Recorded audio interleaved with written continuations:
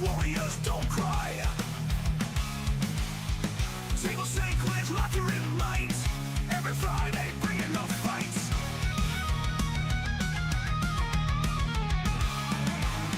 Perfect camaraderie smash the air.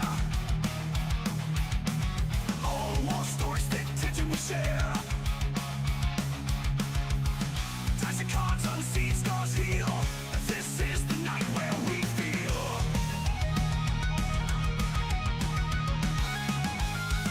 Friday night, tabletop exercise, where our souls meet the skies. FTX, dice roll high. In this game we never die. Rolling 20 lights up the room. Victory roars, thunder through the gloom. Enemies crumble, strategies laid. No quarter given in the games we played. Maps of old quests reveal the danger. Brothers in arms, no one a stranger. Talented, vigorous warriors each. Past the pain, victory and reach. Friday night, tabletop exercise, where our souls meet the skies.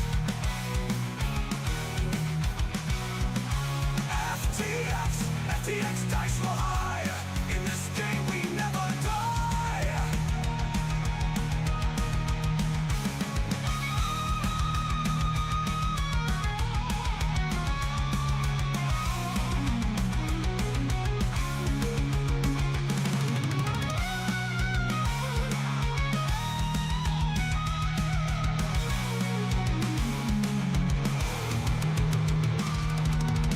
Rolling 20 lights up the room. Victory roars, thunder through the gloom. Enemies crumble, strategies laid. No quarter given in the games we play. Maps unfold, quests reveal the danger. Brothers in arms, no one a stranger. Talented, vigorous warriors each. Past the pain, victory and reach. Friday night, tabletop exercise, where our souls meet the skies.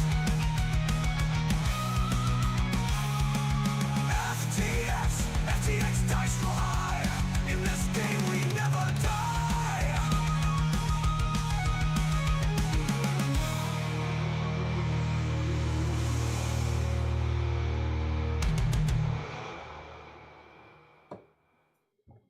Hey everybody! It is Friday night and this is FTX.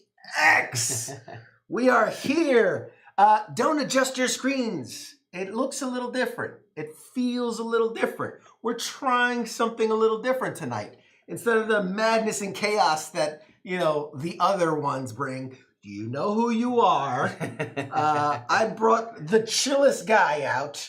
And we figured we've been talking about playing Magic For a while. for a long time. We used to play all the time. We used to going way back to the 2020 aughts of the pandemic. We played a lot of Magic. Oh, yes. And so we're kind of getting back into it. We figured we'd get back into the swing of things. First and foremost, thank you for tuning in. If you're watching, let us know where you're watching from. Where are you tuning in from? What are you doing tonight? Why are you here watching us? That's what I want to know. Let me know in the chats. But we've got a couple of different Magic the Gathering variations, exclusive IP crossover stuff. I thought it was very in keeping with like pop culture, right? Instead of just purely traditional Magic, but like you got Avatar: The Last Airbender, you got Spider-Man, you got Ninja Turtles. We got a little bit of everything. So before we get started, give us a little a background, your Magic experience. Take us back. My God, when man. did you start? How long started in the 90s, man, or like when I was a teenager. Back in Puerto Rico. I was like still living in Puerto Rico, and it became really popular And so we had a good friend of ours who his father was a photographer, and he has his own shop, photography shop, and but he sold Magic cards. So we always hung out at the shop and played Magic and everything. So that's how we kicked it off, man. And I kid you not, man. I remember seeing him with a Lotus pedal, man. But this is, I mean, we're talking about like Black Lotus, right? Yeah, Oh, like man. we're talking about like the beginnings, of Magic, the old school cards. So, so then I took a break, moved over here to Maryland, and so I started playing with you guys. Got really hooked on. Addicted, some might say. Addicted. That my wife had to. My wife had an intervention with me, and made me sell my cards, which I regret. But she's screwed now because I'm back to buying cards, and I told you don't gotta buy the cards. It's a cool game, man. Yeah, it's a lot of fun. And we were talking about this earlier that Magic the Gathering, while it is, I mean, it's just a fun game to play and a creative thing to do. Like, there's a lot of skills you can learn from it, right? Obviously, simple math skills of adding and subtracting and counters, but it goes deeper into that. It goes into strategy, planning, critical thinking.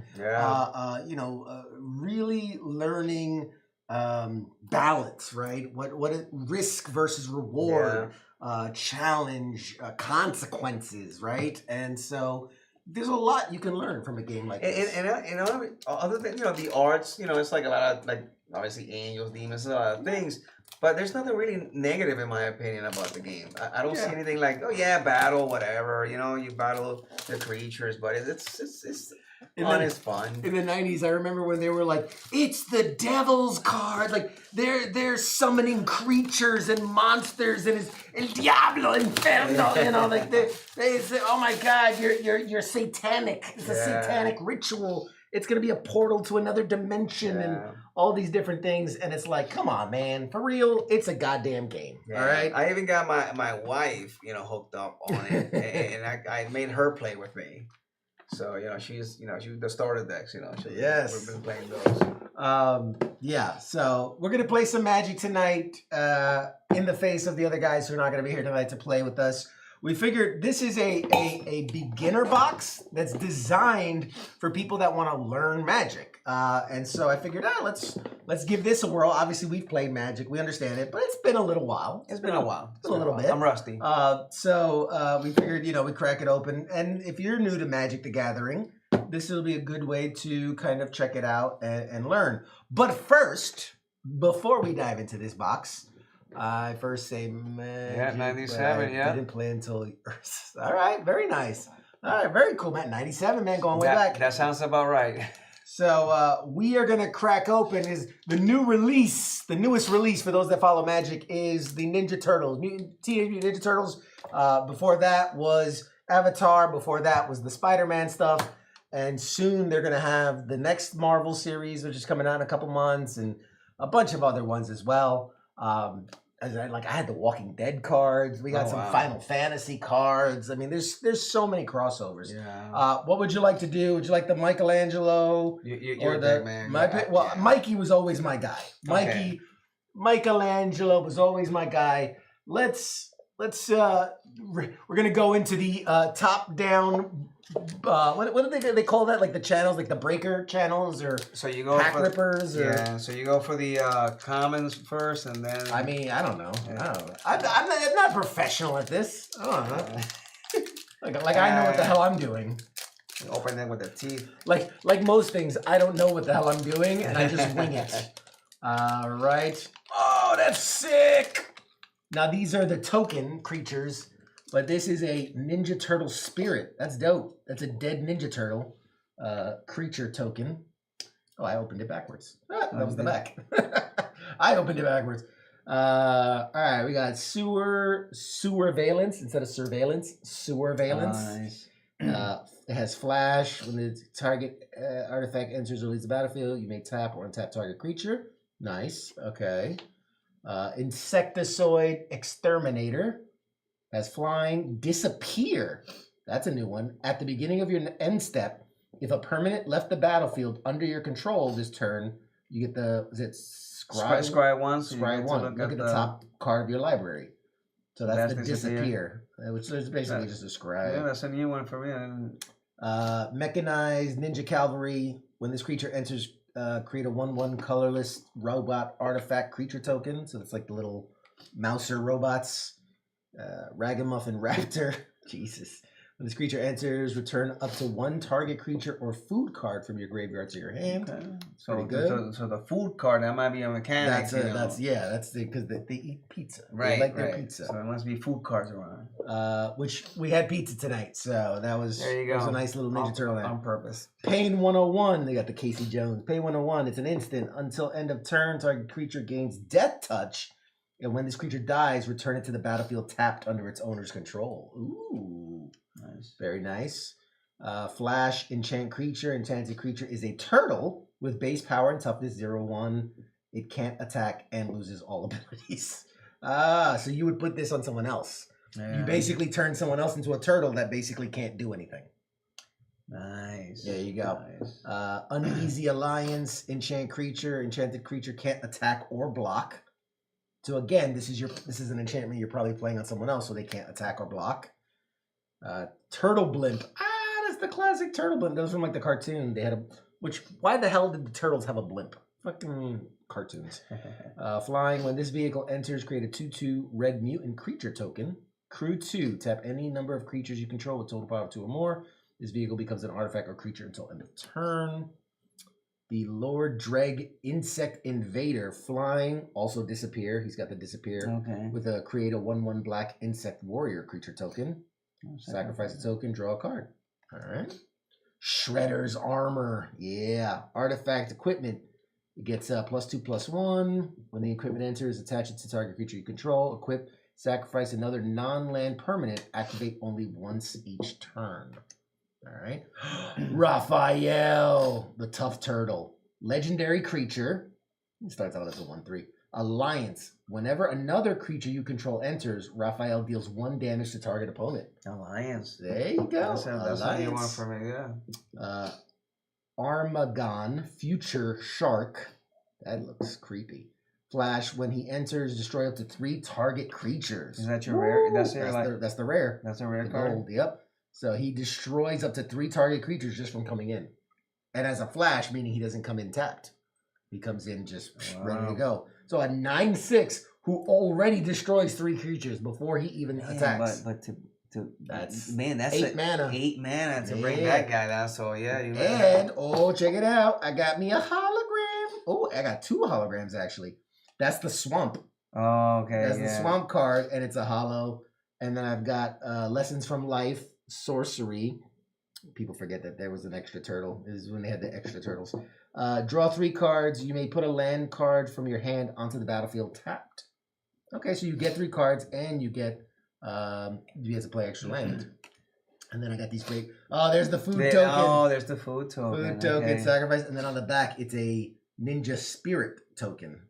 So depending on which card you're playing, you might need a Ninja Spirit card. Man. You start getting some ideas. And I got the swamp. What you got, man? Let's see what you got. I got a Punk Frogs, and it has Ward. Whenever this creature becomes the target of a spell or ability an opponent controls, counter it unless that player pays 3. So that's that. I also have April O'Neil. April O'Neil. Yeah. Kunoichi training? Kyochi? Yes, it's a type of karate or something? Yeah, something like that. Well, she's kicking there. I mean, you guys can see that, yeah. Hell yeah. It's a legendary creature. Human Ninja. When April O'Neil enters, Scry 2. There you go. Can't be blocked. Ooh, with power 3 or greater. Man, I think there's good potential to build a Ninja Turtles deck. Yeah. I think we should look into it. That'll be fun. Here we go. You know what I'm saying? Here we go. I think we should go to the pre-release, man. Oh, my God. And build our decks. And I'll go. go with, we'll go with the guys. Jesus. And everybody. It'll be great. The addiction has started. Yes. Buzzbots. Did you get that one too? Buzzbots? No, I had a different creature one. Artifact creature, Flying Vigilance. When this creature dies, draw a card. That's not bad. For a 2 mana, that's not bad. For 1/1, it's a 1/1. Yeah. The Flying and Vigilance for drawing card. Okusaki. Shredding Rising. Yeah. Legendary creature, human ninja as well. Sneak. Sneak, what the heck is that? You may cast this spell for another 1 or 2 mana. If you also return an unblocked attacker you control to the hand during the declared blocker step, he enters tapped and attacking. So it's a spell within the creature card. You may also return an unblocked attacker you control to hand. So basically, it gets you. You're allowed to bring a creature back into your hand. Right. You draw a card when you lose 1 life. Sneak. That's a new ability that I didn't know about. Mutant Town Musicians. Creature, mutant bad performer. It has trample. Trample, got it. And it also has alliance. Yeah. So that's pretty cool. Yeah. It's a 2/4. Yeah, the alliance one is a really powerful thing because every card that you have, it starts adding on. Yeah. And all of a sudden you got these, I like massive that. creature. That could be a theme. There you go That's for alliance. a deck build. Rocksteady Crash Courser. Legendary creature. Rocksteady can't be blocked by more than 1 creature.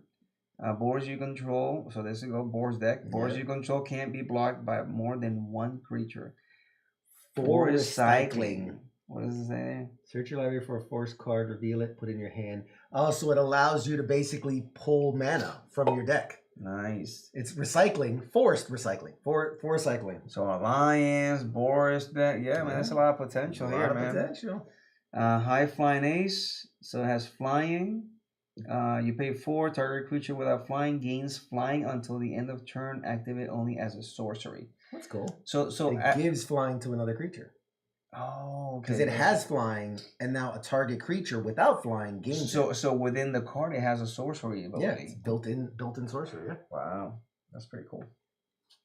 Yeah, it's like all in one, man. You don't have to have a separate sorcery to just do that. Nope. That's pretty cool, man. That they actually, because they give space to the deck to put other things. Yeah.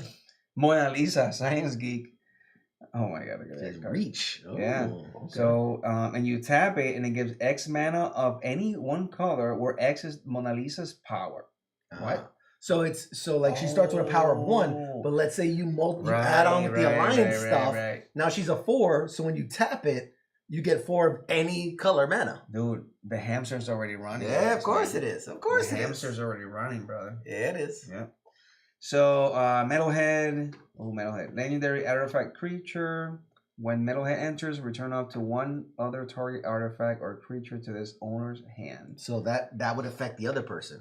So like they have an artifact out, this forces them to put it back into their hand. So it seems like this is played with a red deck too, because it sacrifice another artifact, put a 1/1 counter on Metalhead. He gains menace and haste until the end of turn. So you would cross it with red, or if you have it with like this one, remember that's a mana of any color. So you could be like, this is a red mana, and then activate that ability.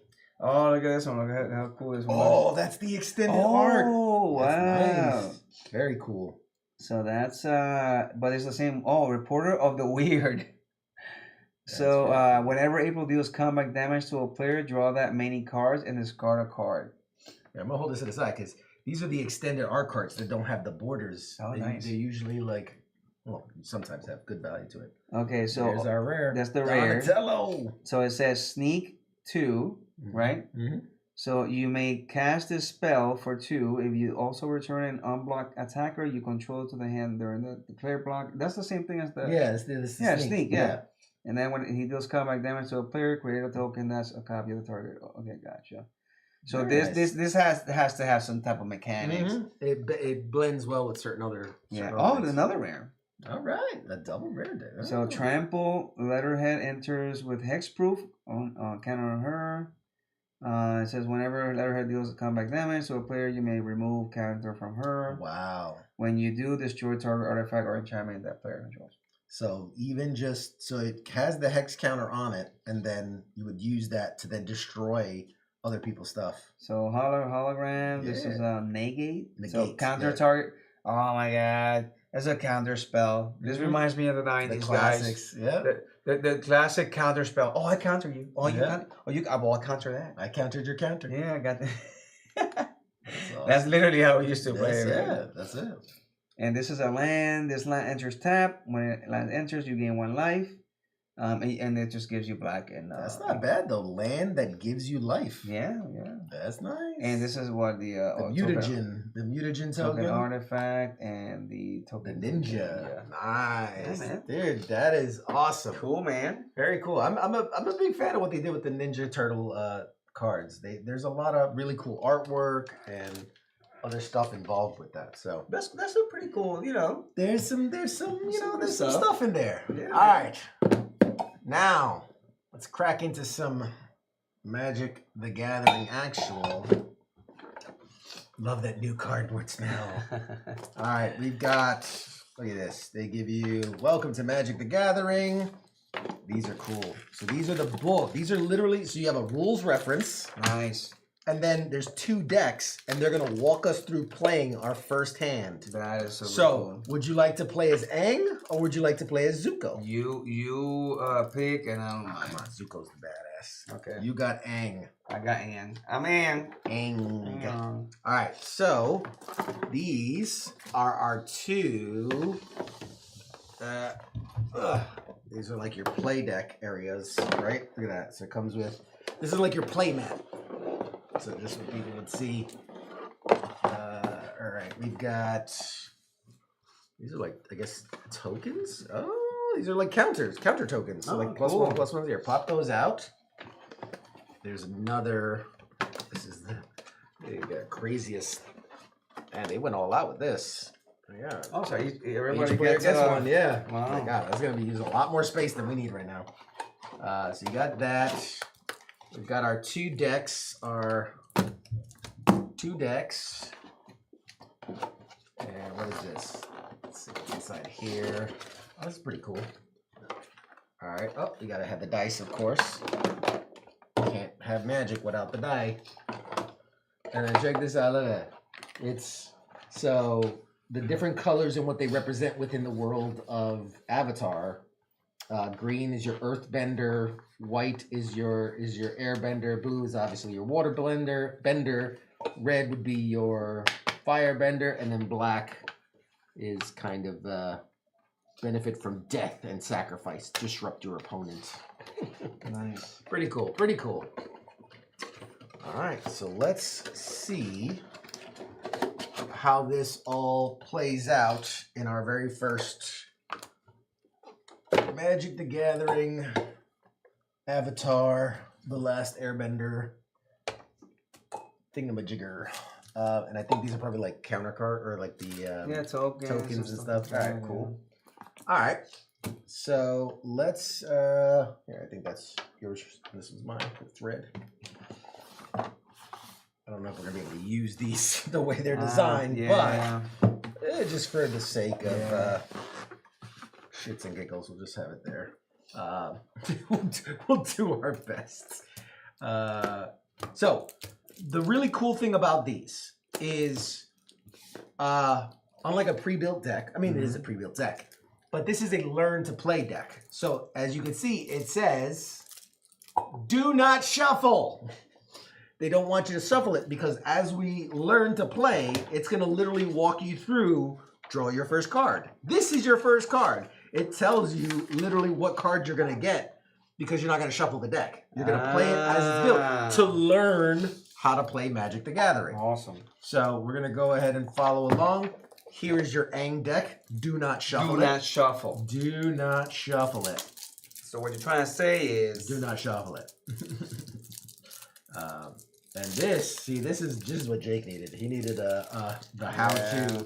That's all right. He can, because he's gonna watch this video back, right? It's okay, Jake. We'll teach you. Yes, we'll go easy on you. You'll become an addict like us. He does have a problem with buying games though. He does get into it. I said to this video, I'm like, oh look, there's this new game coming. I already pre-ordered it. I was like, Jesus Christ, man. Bro, I don't know if I don't have nails or this is not. Is there like more than 60 cards here? Well, I think it's more than that. Yeah, I think because it's the counters and a bunch of other stuff in there too as well. But hey, this is how we're gonna learn. All right. So we have our quick start guides, and mine says, all right, Find the stack of cards with the Zuko deck do not shuffle card on top. Which was that? This one? Do I have none? I don't have a. There it is. This is the Jumpstart deck. That's why. What? I don't know what the hell. So I think my deck is in there as well. I think these are the other cards. Yep. Oh no, that's a Jumpstart deck. Is there one that says Jumpstart, Jumpstart, Jumpstart? Is there one that says look through it and see if you see one that says do not shuffle and or Zuko deck? So this one was like this. This is the not shuffle, and then this was on the bottom. Yeah. What the hell is the Zuko deck? So there's a Zuko deck. Remove it from the. This is Jumpstart deck here. Another one. Yeah. A little confused. Jumpstart deck. We're off on a bad start here, Magic. Jumpstart deck. Zuko. Hey, there's Zuko. So these are Jumpstart decks. So this is it says and deck. Yeah.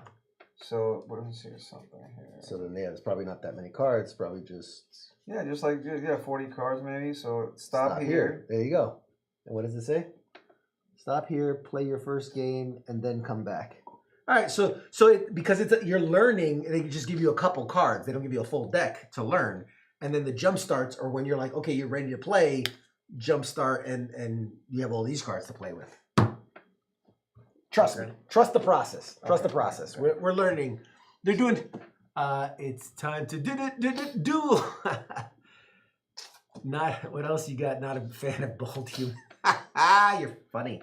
You're funny because they're both characters. All right, so you've got your deck. I've got my deck. So it says your Zuko deck is already in order. There's a 2/2 red creature token somewhere. We'll figure it out. The 20-sided die. Got that. You got your battlefield map and your rules reference guide. See, it's a training deck that only has 20 cards. And it says don't shuffle before the training game because you're going to learn how to play. So you should only have 20 cards in there. To prepare to play, take the following steps. Lay the placemat in front of you. Place your deck face down on library. Place your 20-sided die, total showing. All right, yeah, right on. Let's do this. So I'm going to place my 20-sided die on the 20. I think the tokens are right here. Yeah, probably. I think so this die is the life counter. It's not an actual rolling die, it's a life counter. You keep track of your life. So my life is at 20. So it has the how to. Yeah, man, that gives you a lot of good stuff. This is a lot. It's very to learn. Like if you really were starting from scratch, this would be a great place to start learning Magic. So these are the tokens. The tokens, perfect. All right, so let's get started here. It says draw 7 cards. So I would imagine you two as well. 1, 2, 3, 4, 5, 6, 7 off the top. We're not gonna use the play mat the way it's really designed to. Now, for you can turn your page. All right. So as I say, this is your hand. It should match exactly with what you have in your hand. Because if you can see in the instructions, they're literally walking you through step by step how to play Magic. So obviously, and we can play face up just for this first one since we're learning. Yeah. So like I drew 5 mountain, also called mana, red mana. The red mana is mountain. I also drew 5 planes. You got 5 planes. This is white cards. I also have a warship scout and a capital guard. It's very simple, no complicated. Yeah. No muss, no fuss. Right. All right. So the typical card, as we're learning here in Magic, you have the mana cost on the top right, which this one would be like 1 of any and 1 red. And then the name of the card, capital guard. You've got the type line. What kind of creature is it? This is a creature human soldier. Where the expansion where it came from, obviously this came from the Avatar set. Obviously you got some text stuff. And then the most important is that the power and toughness. Power is what you attack with. Toughness is what you defend with. So that's the idea of the Magic card. During a game, you tap cards onto the battlefield, indicate they've been used, and untap to indicate they're ready to use again. So basically, when you play cards, they'd be face forward. you would tap, which is turn them to signify that they've done the thing, or they whatever their action is, or whatever their thing is, or you've used them for that turn. Once they're tapped, you can't use them again unless you're able to untap it, or your next turn when they untap automatically. In this first game, it says, I take the first turn, and each player's life starts at 10. So you have your token, and let's see where the hell's the 10 at. There it is. We're both at 10 life. And it's such a it's gonna be a weird way to do this, but we're gonna work it. We're gonna work the system. All right. Set the die to 10. Track your total life. In the future games, you start with 20 life. Players randomly determine who goes first. The game ends when one player reduces their opponent life to 0. I am Zuko. My first turn. I play a land. So, as best as I can here, this is my deck. The library. I'm going to try my best here to play within the boundaries, but we're just going to do the best we can. So it says, find a mountain in your hand. Put it in the battlefield. The battlefield is the space in front of you where you play your cards. Cards enter the battlefield untapped upright unless they say otherwise. Cast Warship Scout, a creature spell. I've got Warship Scout. It has a mana cost of 1. So I would tap the mana to show that I've used it. And then, boom, I play my creature card. Tell your opponent you're casting the card, put it into the battlefield. Remember, mana is the magical energy you use to cast spells. There are 5 colors of mana, but you'll only use red mana in this game. Normally, you would consider attacking at this point, but creatures can't attack on the turn that you cast them. A summon sickness. Summoning sickness, or unless the card says otherwise, then you could. I've tracked the avatar to a miserable water tread. All right, so at the end of my turn, I look like this. That's correct. And wait for your opponent to take their first turn. It's your turn, sir. First turn. All right, so I am going to draw a card from my library. Okay. It says, add the top card of your library to your hand. You do this each turn, right? So play a land. So I'm gonna play a land right here. Can they see me in there? With that? Yeah. Oh yeah, we could hear. We'll do that. Oh, okay. All right. So play up a land there. I'm gonna cast Wolf Cove Villager as a creature spell. So I am going to tap. Pay for the Wolf Cove Villager, and then this creature enters tapped. Is one of the consequences. The consequences of playing that guy. The effects. Right. Tap your wolf because it says it enters tap. Normally, you would consider attacking at this point, but creatures can't attack the turn you cast them, and attack creatures can't attack. And I am going to now pass your turn. All right. So Zuko's second turn. We untap as the first step. Untap all your creatures and lands, turning them upright. This means they're ready to be used again. I'll draw a card from the top of my library. You do this each turn. You didn't draw on your first turn because you went first, which is an advantage. Skipping your first draw balances out the advantage. I play a land. Boom. Second land. You should always play a land if you have one in your hand.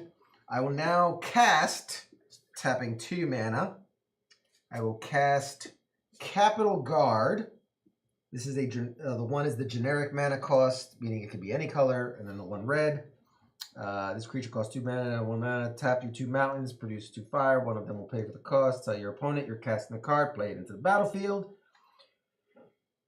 When your opponent has no creatures that can block, you should attack.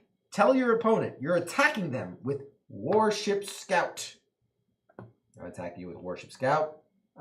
Push it forward and tap it. When you attack, you can only attack your opponent. You can't attack their creatures directly. Your opponent can choose to block with one of their untapped creatures, but they don't have any this turn. So I will deal you combat damage for 2.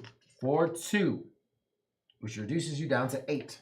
And now it is your turn, sir. Okay, so it says here, wait for your opponent to attack you with Warship Scout, which you already did. Yes, sir. Okay, so, all right. Let's see here. 10 more stuff. Warship Scout deals combat damage. Attacking creatures always deal damage equal to the power. In this case, Warship Scout has 2 power, so it deals 2 damage to me. My life total now is 8. Alright, so I am going to untap my cards, which I already did. I am going to draw another card. Alright. I'm going to play a land. Again. And it says here that I'm going to cast Tundra Wall. So I am going to pay 2 mana, 2 planes for Tundra Wall. And it says here, it says defender, this creature can't attack. So it's a defender, and it can't attack because it's a 0/4. It has 0 power, but it's a defender. But if you were able to add power to it, Right. it still couldn't attack. That's the idea. Because you could give it, let's say, a +4, +0, but you still can't attack with it. Although, as a defender, then it would send back damage. Yeah. So the strategy here says that when your opponent only blocker, the opponent's only blocker has the same power and toughness as your attacker, it's often a good idea to attack, is what it says. So now it says, tell your opponent you're attacking them with Wolf Cove Villager. I am attacking you with Wolf Cove Villager. So then I am going to initiate the attack. Yes.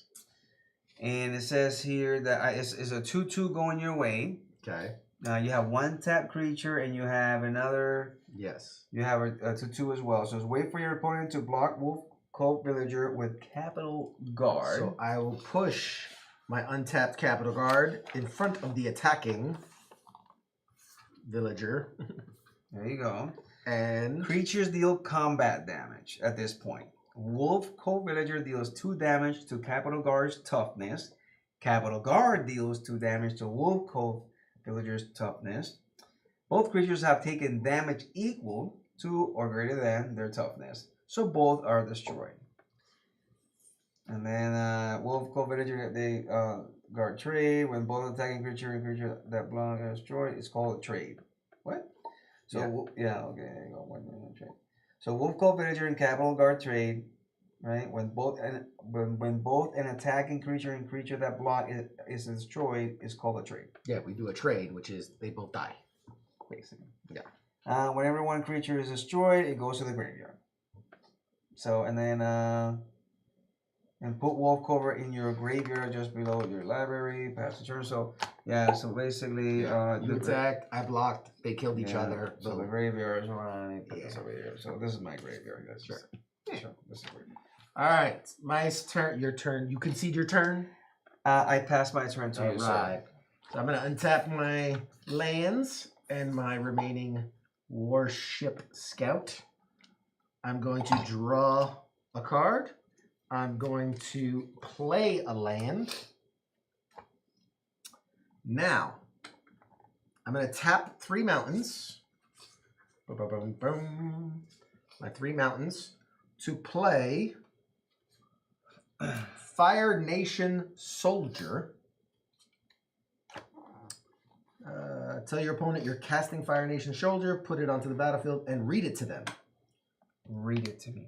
He has haste. Oh, This snap. creature can attack and tap as soon as it comes under your control. Yes, it can. So he's ready to go. Your Fire Nation Soldier has the ability called Haste. Haste allows him to attack the same turn you cast it. Many creatures have abilities like this that can change the rules of the game. Creatures can't attack until you cast them unless they have haste. Right now it says if your opponent only blocker has 0 power, you should attack with every creature you can. Tell your opponent you're attacking them with Fire Nation Soldier and Warship Scout. Boom. Boom. I am attacking you. Push them forward. Wait for your opponent to block. This is the part where you block. Let's see. Yep, next page. Next page. Yep. It says, wait for your opponent to attack you. Okay, I am waiting for my opponent to attack me, which you just did. I did. It is a good idea to block with Tundra Wall because it has more toughness than either attacking creature's power. Because the Fire Nation Soldier has more power than Warship Scout, it's better to block the Fire Nation Soldier. You lose less life if you block the stronger creature. Makes sense. So tell your opponent you're blocking Fire Nation Soldier with Tundra Wall. So which one? Got it. Blocking creatures can only block one attacker. Blocking creatures can only block one attacker. So Tundra Wall can't also block Warship Scout. Didn't that rule change about the blocking and everything? No, it hasn't. No, I mean, they're like everything. There are certain creatures and spells and counters that allow you to Yeah. do certain crazy things. But traditionally, base rules, you can only block one creature with one creature or Gotcha. one thing.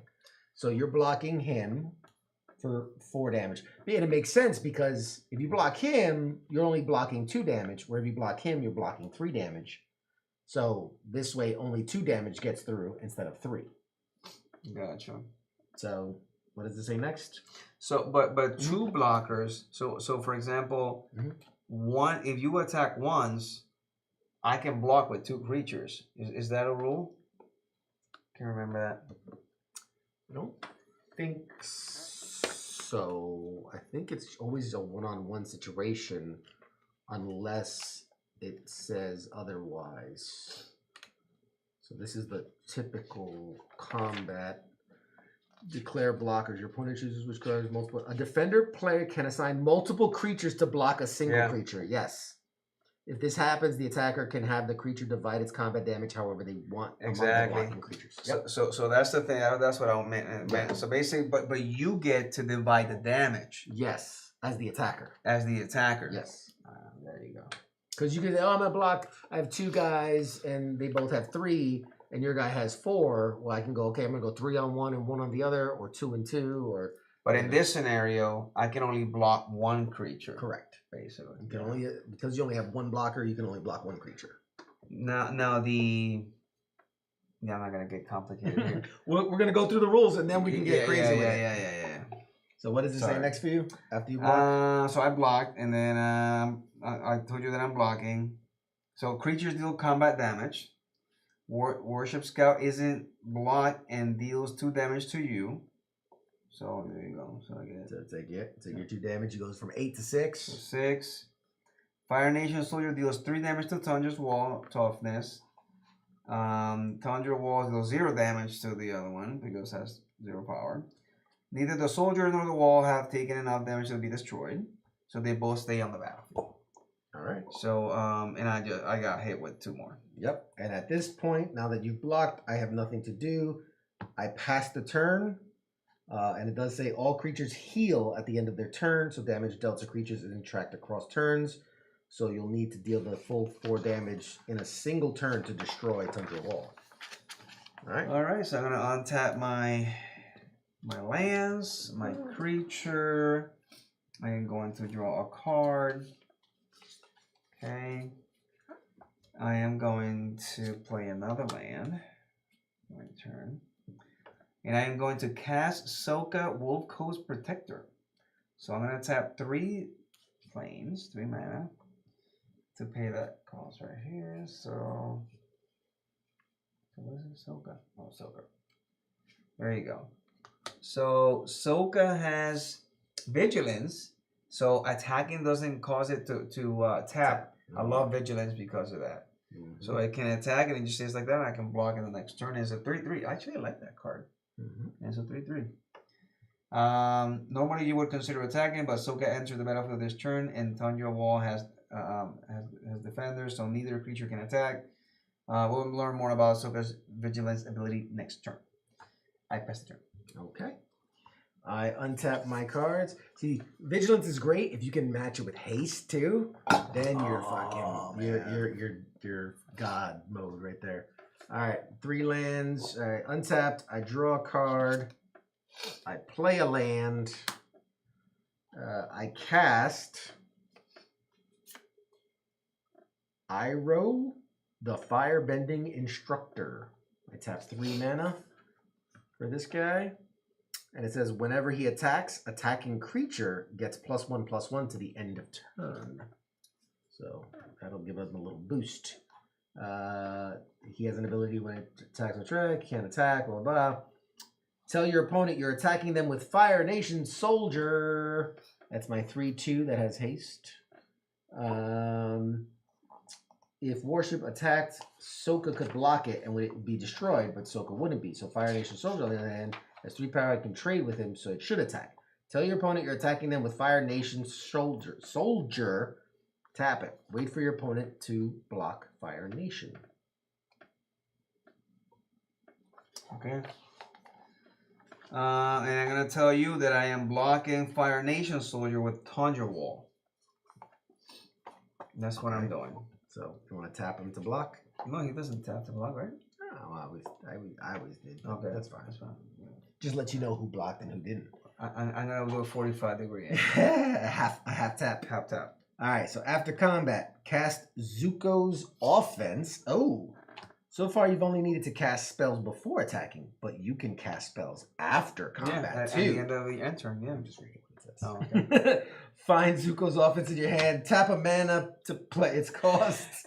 I was just reading the script. I'm following the script, man. I know. Put Zuko's offense in front of you and read it to your opponent. Says Zuko's offense deals 2 damage to any target. So because you blocked, you already took 3 damage. Now I'm giving you 2 additional damage as a sorcery. So wall goes away. This spell enters the battlefield. Instead, you temporarily put it in front of you while its effect happens. You immediately put it in your graveyard when you're done. Zuko's offense deals 2 more damage to Tundra Wall. Tundra Wall has been dealt 5 damage on this turn and will be destroyed because it only has a toughness of 4. I've destroyed your wall. My wall goes into the graveyard. It is your turn, sir. Which, if you're watching, tell us if you've played Magic the Gathering before, if you have any experience, what your favorite I just cards want to are. say that in this practice game, I am the guinea pig getting killed and taking life, and so You'll come back and win in the end. you That's know how what these I'm things saying? work. No. Yeah. There's a reason You're why the he hero. chose the other You're the guy. hero. This is the bad guy. Bad guy always gets their comeuppance. Oh my goodness. All right, so I'm gonna untap my lands. Draw a card. All right. So then it says cast Momo, rambunctious rascal, whatever that means. Mumbo jumbo. Momo Jumbo. I'm gonna cast the land, and I'm gonna pay 3 mana right there. And I'm gonna cast this person here. Legendary creature, Lemur Bat Ally. Flying. This creature can't be blocked except by creatures with flying or reach. When Momo enters, he deals 4 damage to target tap creature and opponent controls. So let's see what it says here. I wonder what you're gonna do. Yeah, well, of course, yeah. I guess. Okay.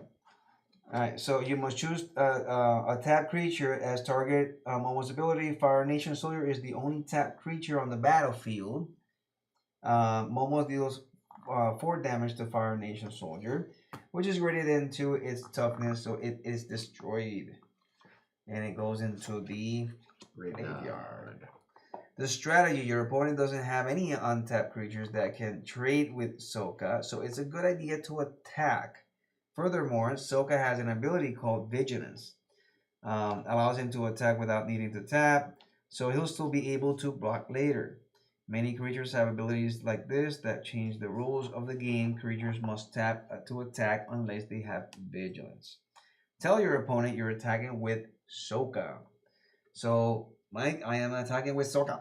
I take 3 damage. And then saying that you take 3 damage.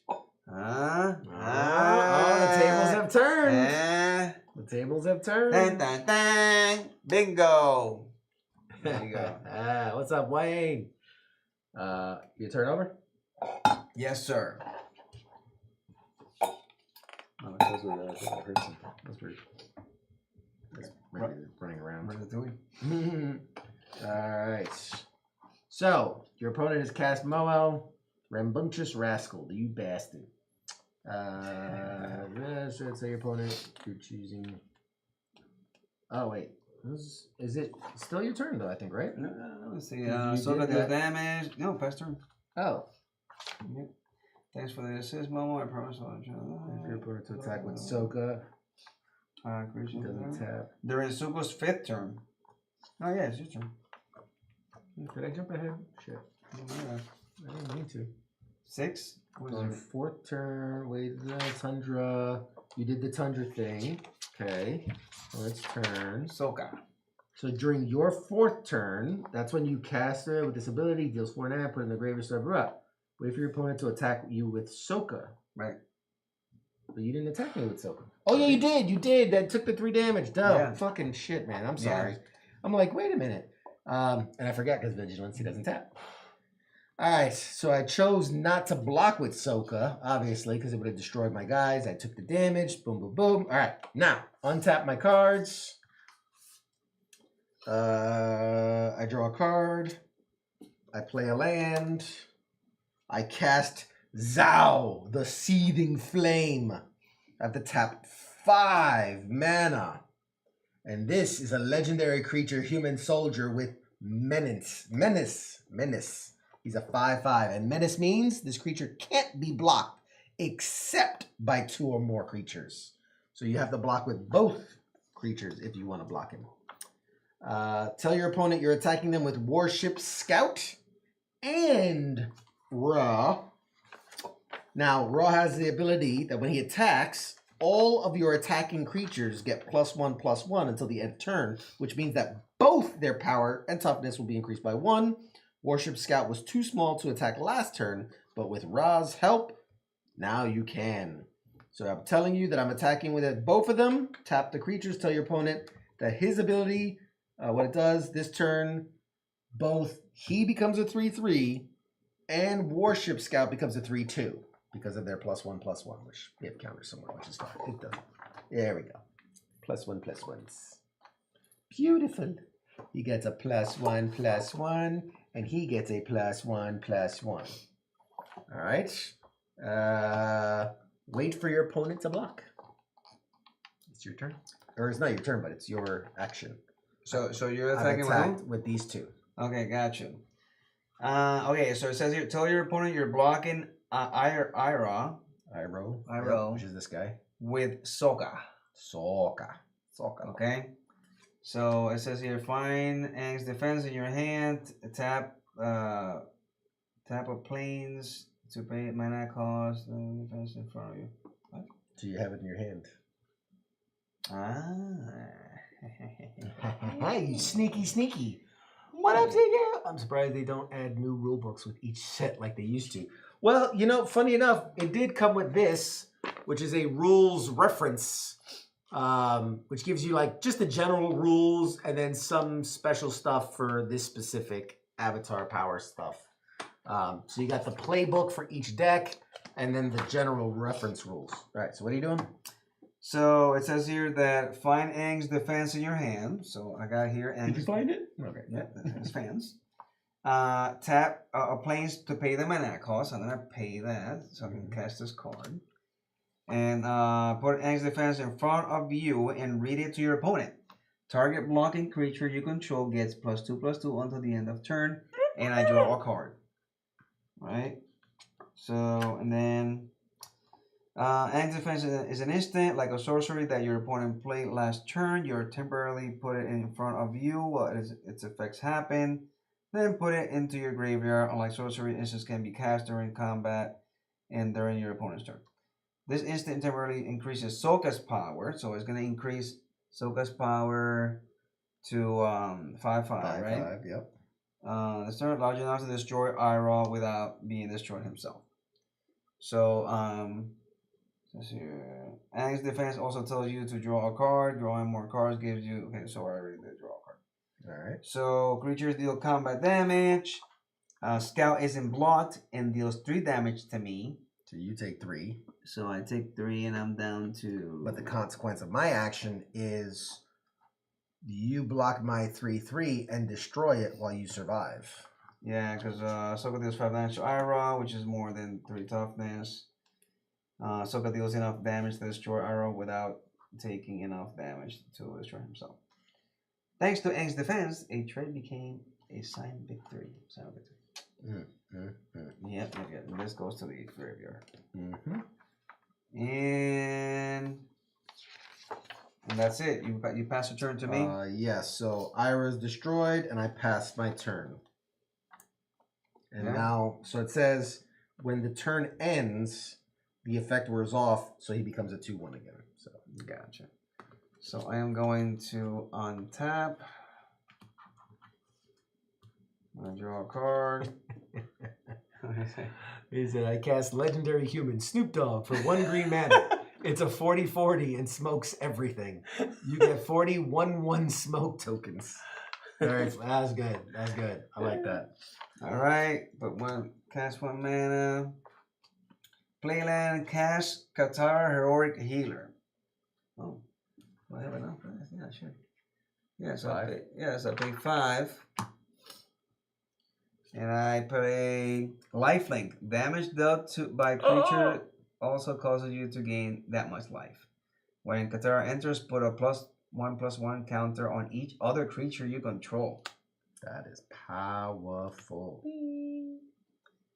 Bing. And now anytime you do damage, you gain life. Oof.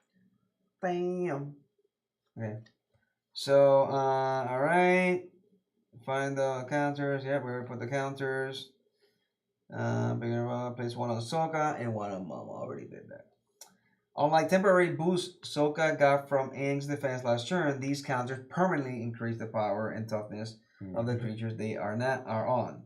Now Soka is a 4/4 and Momo is a 2/2. Because Katara's ability says each other creature, she won't get a counter herself. Katara also has lifelink, which means that each time she deals damage, you gain that much life. That will come in handy since you're down to 3 life. Strategy. Normally, you wouldn't want to attack with a smaller Momo, then Zhao 5/5 is untapped and ready to block, but Momo has an ability called Flying. This means that Momo can only be blocked by creatures with flying or reach. Zhao doesn't have either ability, so Momo can fly right over. You shouldn't attack with Soka because a 4/4 isn't big enough to trade with Zhao a 5/5. Tell your opponent you're attacking them with Momo. I am attacking with Momo. And I tell my opponent I can't block Momo. And he deals me 2 combat damage, reducing me to 5. Bling bling! Coming back. Coming back. And I passed the turn. All right.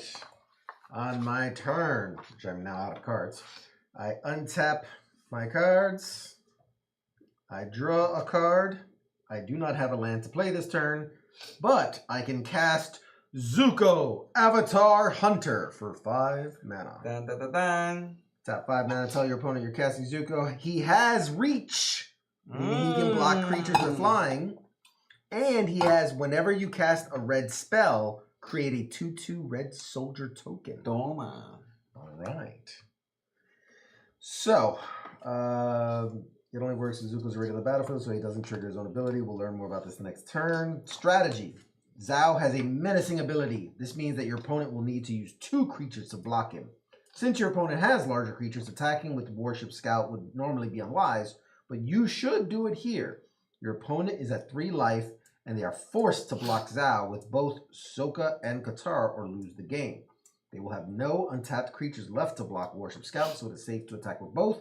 Tell your opponent you're attacking with Zhao, who has Menace, and Warship Scout. Boo. And wait for your opponent. So you have to use 2 creatures to block him, otherwise you would lose the game.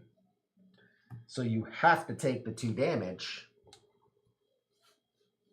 Yeah. So I'm telling you that I'm blocking with both Soka and Katara. So one would tap while the other doesn't, because he has vigilance. Oh yeah, that's right. Okay. So you're blocking with this guy. Uh-huh. And that one, but he doesn't tap because of vigilance. Gotcha. So, what else does it say? When attacking creature is blocked by multiple creatures, its control decides how the attacking creature divides its damage among the blocking creatures. Your opponent divides Zhao's damage 5 among your blockers, dealing 4 damage to Soka. And one is Soka, and each deal one equal to their power. So 4, 2. Well, hold on. I'm sorry. Damage to Soka and one to Katara. Soka and Katara each deal damage equal to their power to Zhao, who takes 6 damage. This is more than its toughness. Zhao is destroyed. You're destroyed? So basically, yeah. So you're going to allow him to attack because you have to block both of those. Mm-hmm. You're going to take 2 damage to put you down to 1. And the way I'm supposed to split my damage is, say, I'm sending 4 to Sokka, destroying her, and only 1 to Katara, but that does nothing. Right. So Sokka would be destroyed. Yeah, that's the one. Yeah. So going to who takes 6 damage. This is more than his toughness. Your opponent gains 2 life from the lifelink ability because of the 2 damage that it took from Warship Scout. Back at 3. So you're back at 3, and my Zhao was destroyed. So this one was destroyed. Yes. So we kind of had a trade there, but you ended up getting the good of it because you did take 2 damage, but immediately got it right back from the lifelink. All right. So my turn again. Yep. So I'm going to. You beat me. Let's see here. All right. So I'm gonna tap cards. Draw a card. Play a land. And I'm gonna cast Aang Nomad. Air Nomad. Nomad. So let's see, 5 right here. Oh boy. So flying. This creature can be blocked. Vigilance. It has flying and vigilance. Other creatures you control have vigilance. Mm-hmm. You just gave all your creatures vigilance. I like that card. Now none of them need to tap to attack. That is a powerful card. Me likey. All right. So then, Aang has 3 abilities, but you already know the 2 of them, flying and vigilance. His last ability gives your other creatures vigilance to.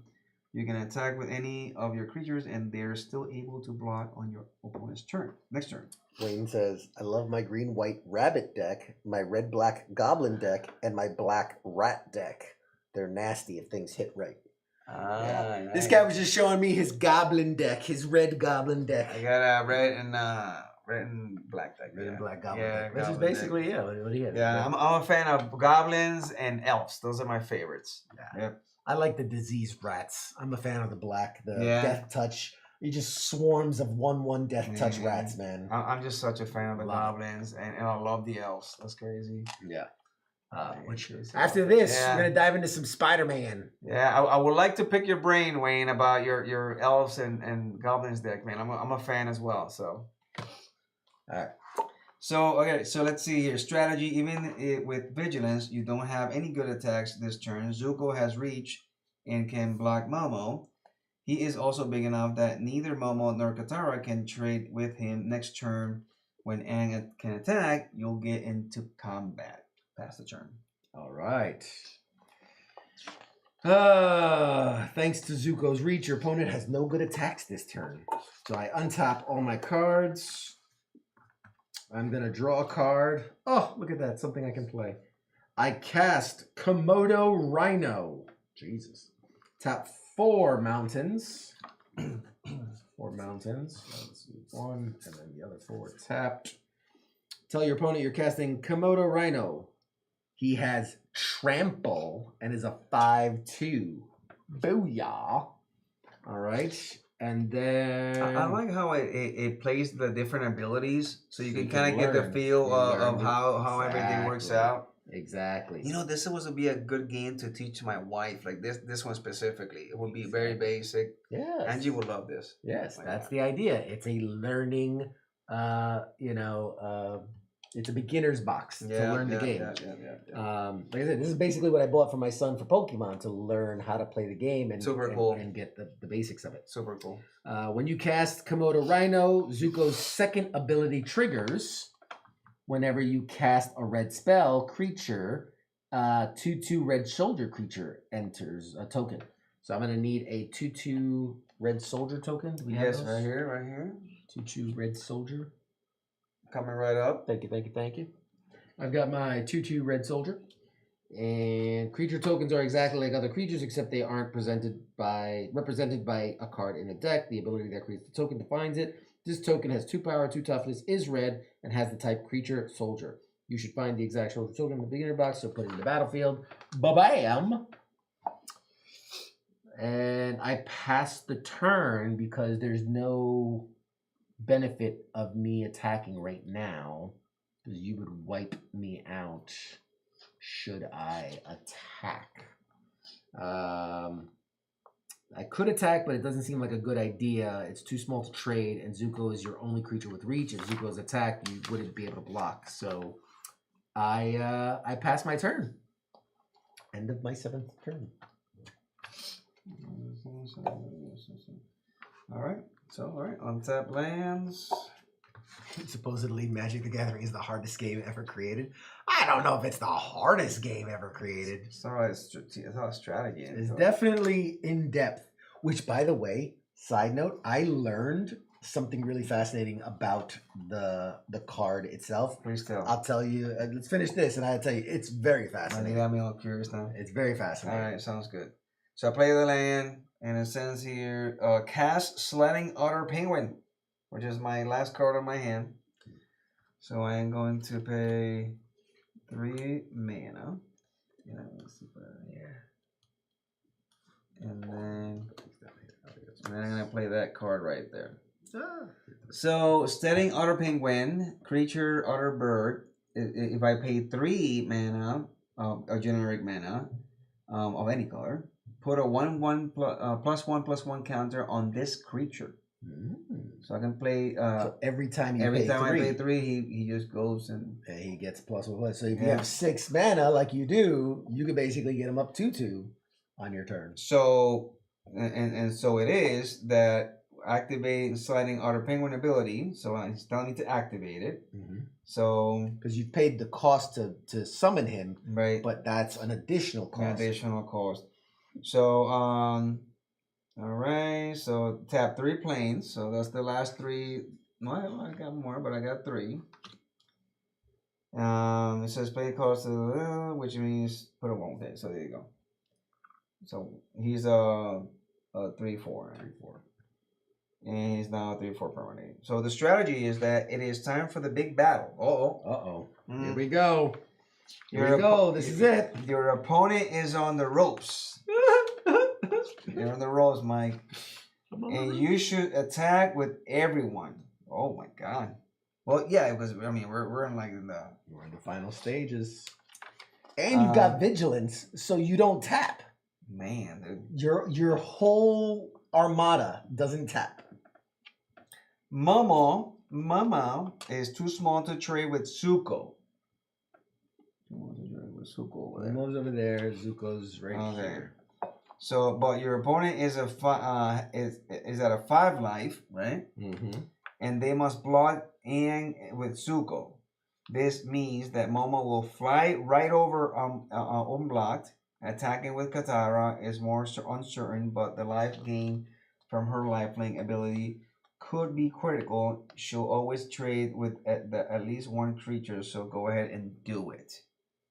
Okay. So tell your opponent attacking them with Aang, Katara, and Momo. And yeah, obviously not him because he's the summoning sickness. So none of them tap. They all have vigilance. So I am attacking with 5/4, 2/3, 2/2. 2/2, right? Wait for your opponent to block in with Zuko and Katara with both Warship Scout and the Soldier Token. You only have one creature with flying or reach, which is Zuko. So Zuko must block Aang, or I would lose. So I'm gonna block Aang with Zuko, which 5/4 to 4/5. You can go up. You're 5/5. You only have one creature with flying reach, so Zuko must block Aang, or you lose. You can double block Katara with both Warship Scout. Oh, I guess I never untapped. Yeah. Warship Scout and the 2/2 soldier. I would say shoulder. Soldier token. So this is Qatar. I'm blocking with a 2/1 and a 2/2, which would destroy both of us, basically. It'd be a trade. So it says, tell your opponent you're blocking Aang with Zuko and blocking Katara with both the scout ship and the soldier. Creature deals combat. So Momo isn't blocked and deals 2 damage to me, leaving me to 3. Aang deals 5 damage to Zuko. Zuko deals 4 damage to Aang. Your opponent divides Katara's damage among the creatures blocking her, dealing 2 to the soldier and 0 to the warship. Your opponent gains 2 life from Katara's lifelink ability, increasing their life from 3 to 5. You son of a bitch. See, I told you I was gonna come back. So Aang and Zuko trade. So your Aang is dead. Patchwork banner. Patchwork banner, yeah. Hey, what up, Pete? Your Aang dies. My Zuko killed him and you killed me. We trade. My Aang? Yep, we traded. All right. No. And Katara, Katara and the soldier token trade. So Katara's dead, and so is my soldier token. Oh, and it doesn't go to the graveyard; it goes to the side because it's not a real creature. So Katara's dead, by the way. Who? No. She's dead. Yeah. You still got the advantage. Don't worry. Now,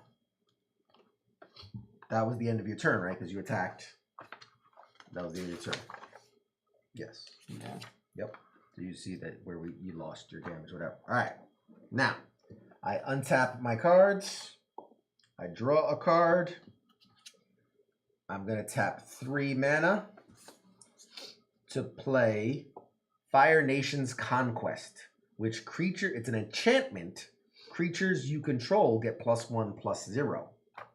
I'll put it on the battlefield next to your creatures and read it to your opponent.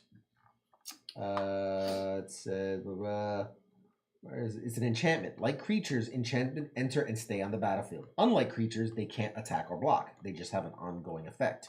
Each creature you get, each of your creatures gets a +1/+0.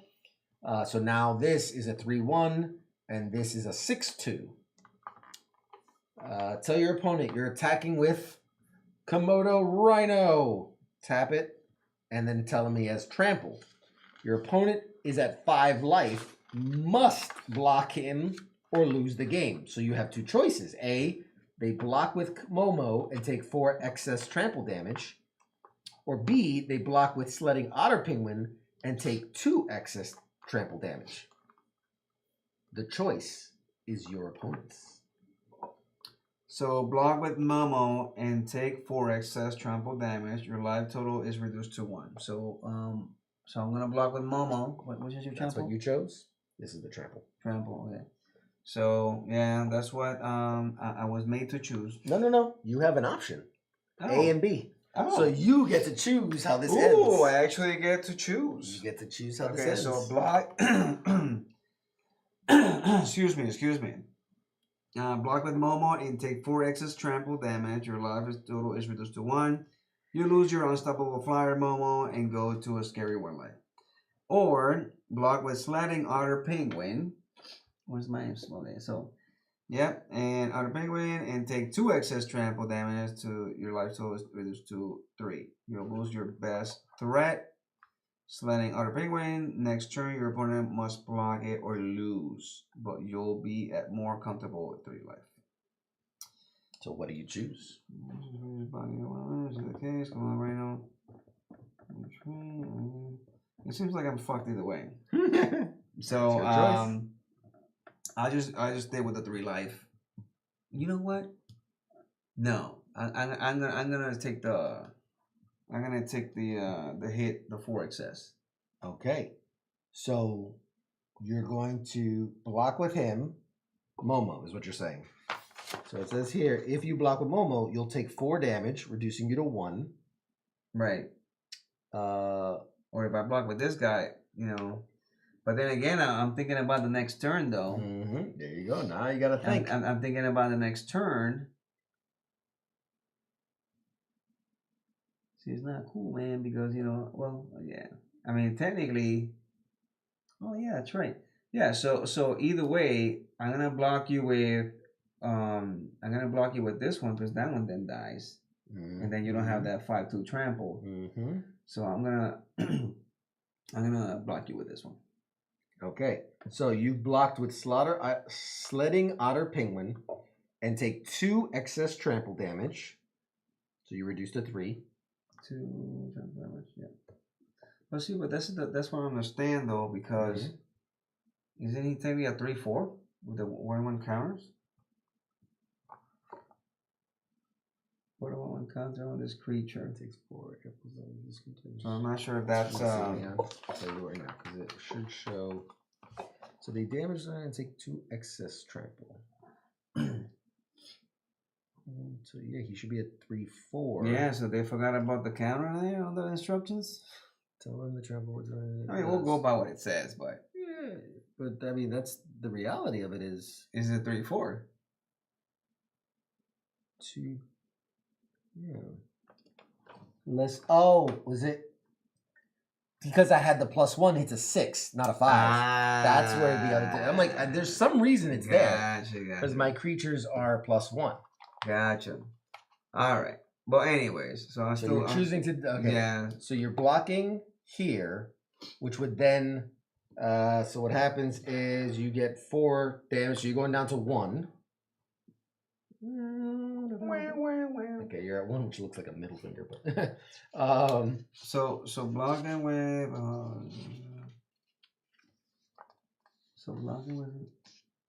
it puts me at 1. It was 3. right. So I'm attacking with 6. You're blocking with 4. Oh, sorry, 3. My bad. You're right. I read the wrong one. 3. Yeah. You're at 3, and we trade because you kill me, I kill you. I kill you. All right. And now it is. So we've reached the end of the tutorial sequence. That was the final thing in the tutorial. And it says, now it's up to you how to finish this game. No. So, no. Take your moves, sir. It's your turn. We've reached the end of the tutorial. The training wheels are off. Oh my God. I'm on my own now? You're on your own. I can't believe this. All right, so I'm going to tap. Draw a card. Oh, it's a plane. Yay. I got nothing to play with here. But you have a choice. You've got a flying.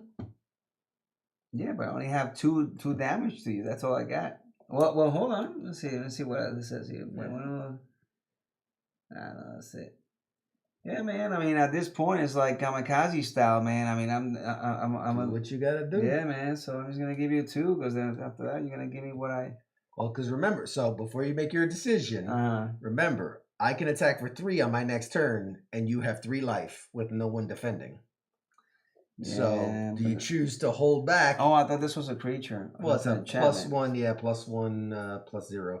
So he has 3 damage. 3 damage, and I got 2. But it keeps you in the game. True. If you attack, the game's over. Yeah. If you don't attack, you can try to pull it out. It's up to you.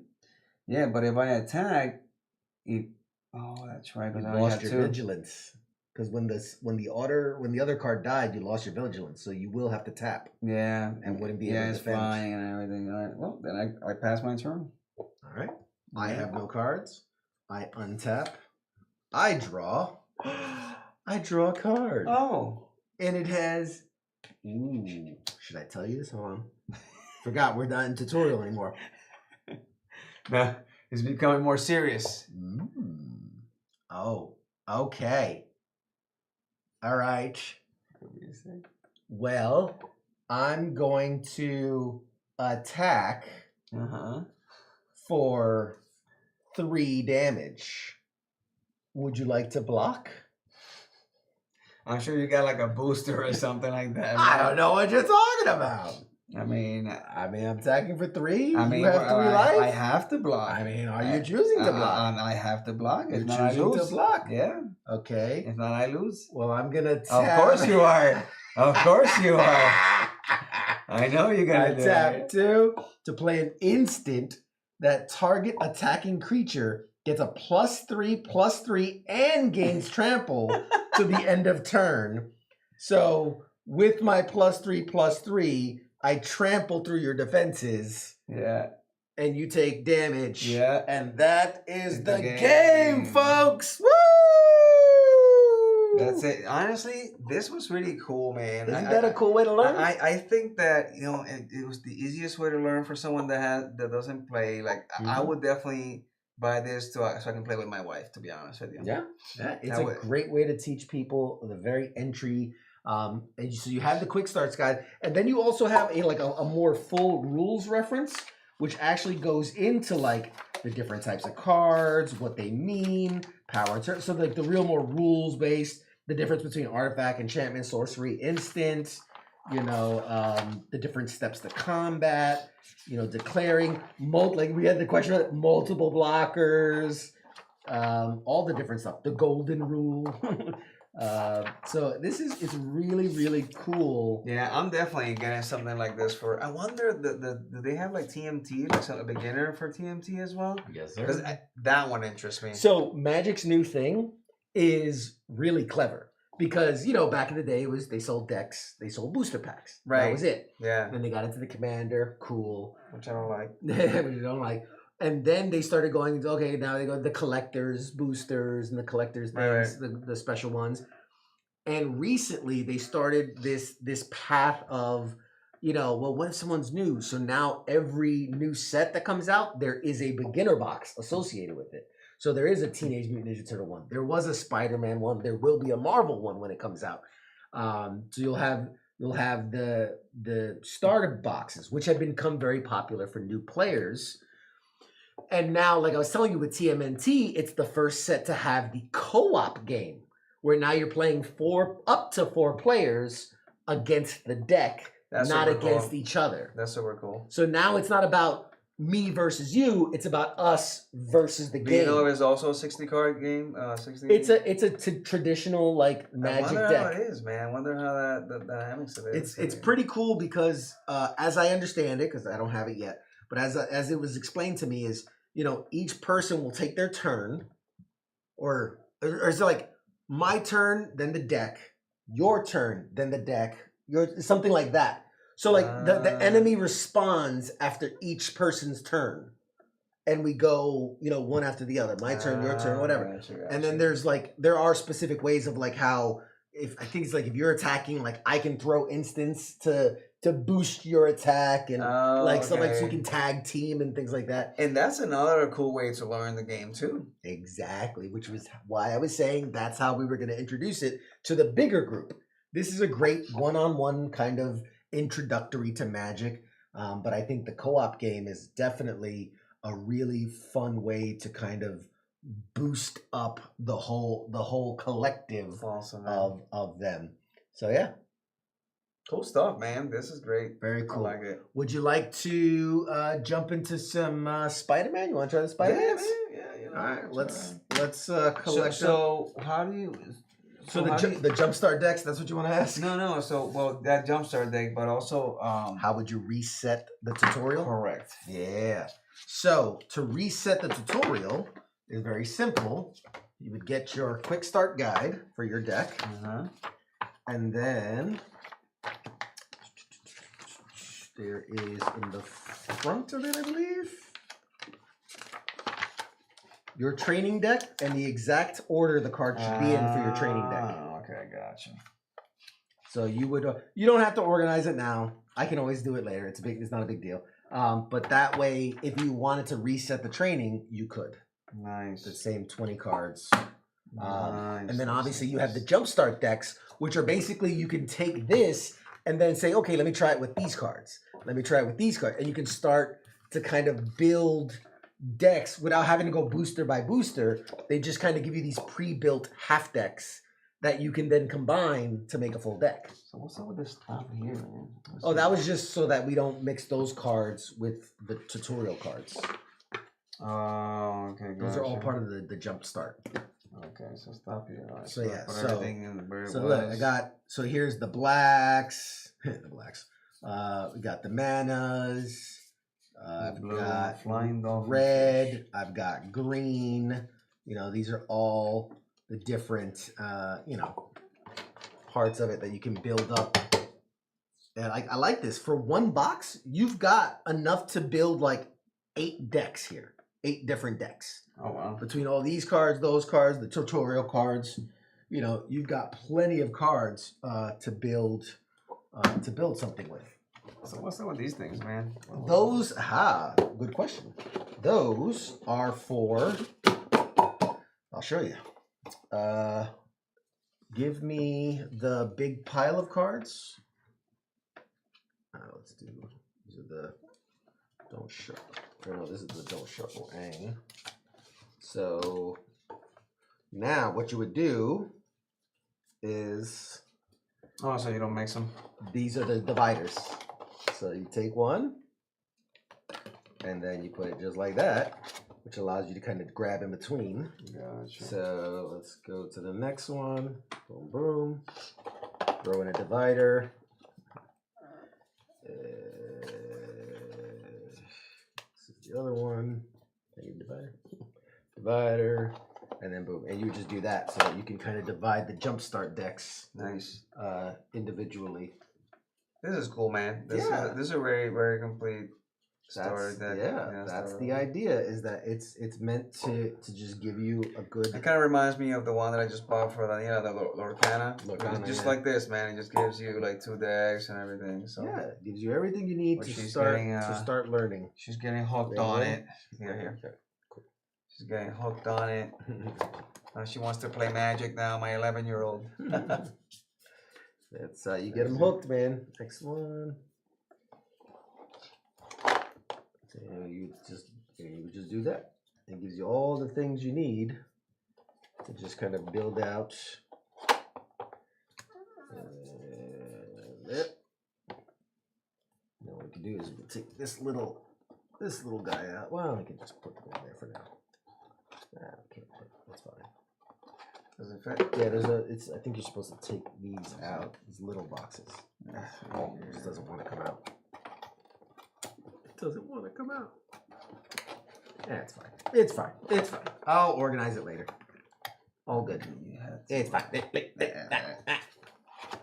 All right, there's that. And there, put those there. We'll take those there. We got the cards here.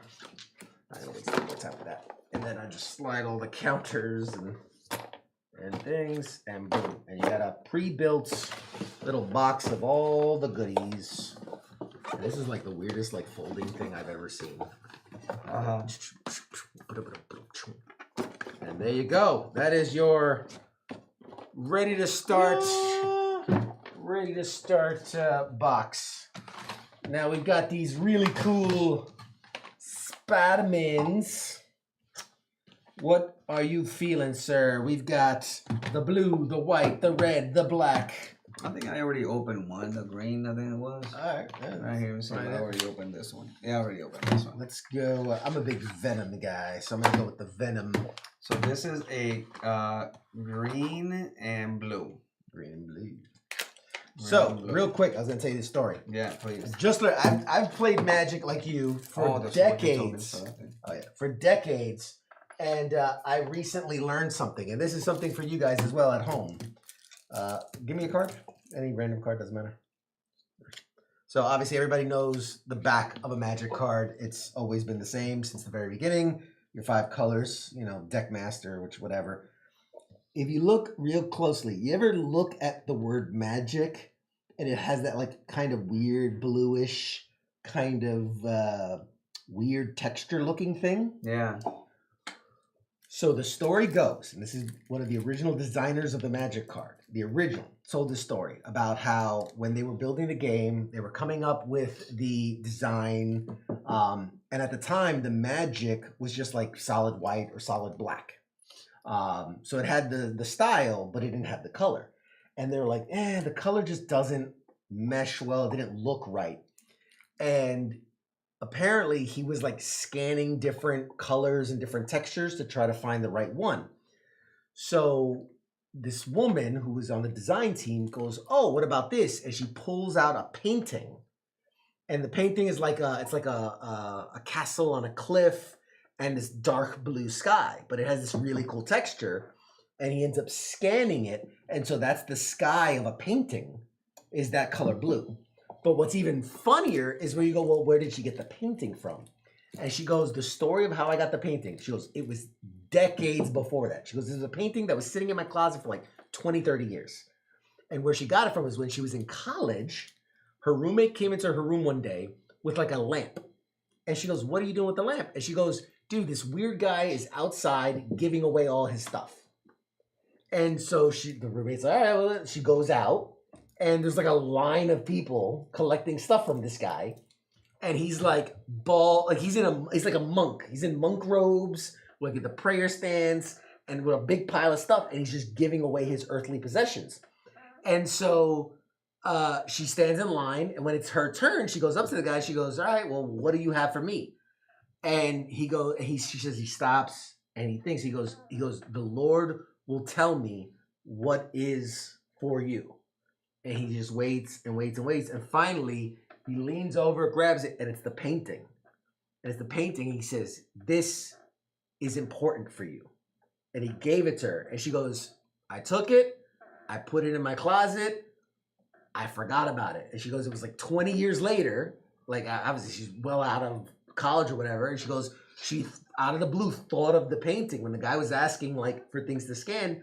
She just randomly thought of the painting, dug through her stuff, found it, and that is the blue of the magic card, is that painting. Which she found out, the last part of it is when she asked the guy originally about the painting, because he says, "My name is Jeff the Ant," something weird like that. And she goes, "Well, where did you get the painting?" He goes, "Oh no, I painted this back when I was in the insane asylum." Oh my God. So the blue comes from a painting from a monk called Frank the Ant or Jeff the Ant, something like that, that he did while he was in an insane asylum. You'll never look at a magic card the same way ever again. Isn't that crazy? Yeah, man. Isn't that the craziest freaking story? Let me know if you're still out there, Wayne. Did you know the story about the blue on the back of a magic card and how it came from a painting from a monk called the Ant who painted it when he was in an insane asylum? There you go. Little backstory for you, Magic the Gathering style. All right, I'm breaking out this black and green deck, which stars Venom and Spider-Man Miles Morales. And these cool welcome decks are pretty cool also because they come with these little how to play and what to do on your turn, which is pretty cool. All right, let's crack these bad boys open. I probably have a few thousand cards. Ugh. My goodness. I used to have a lot of cards. Oh, this is interesting. See, because it's a welcome deck as well. Don't shuffle. Put this deck face down and draw the top 7 cards. This is your starting hand. Once your opponent does the same, you're ready to begin. Really? So that's it? It's ready to go, I guess. I mean, but how is? Yeah, but it's 2 different colors though. I don't think it matters. We can mix these cards up. Yeah, I was gonna say, man. We don't have to play this is a welcome deck. These were at a place where you were supposed to take it, and then it had very similar to that, like you had instructions on how to play and everything. We're not gonna play it like that, obviously. Unless it's like one deck is meant to be played with 2 players. You're right. It's 2 different colors. Right. That are played against each other. Black versus green or black whatever. Yeah. Which is fine. We're not gonna play it that way. We're gonna turn it into one deck. And we'll see how it goes. Balance be damned. Here you go. I'm gonna throw my magic cards into my fantastic shuffle-o-meter. This should be interesting. Always is. All right. I'm gonna give it a little mix first. And a half mix, and then I'm gonna shovel it one more time, and then we'll do the same for yours. Some of us have nerve damage and we don't like to shuffle cards anymore. Dude, I used to be fucking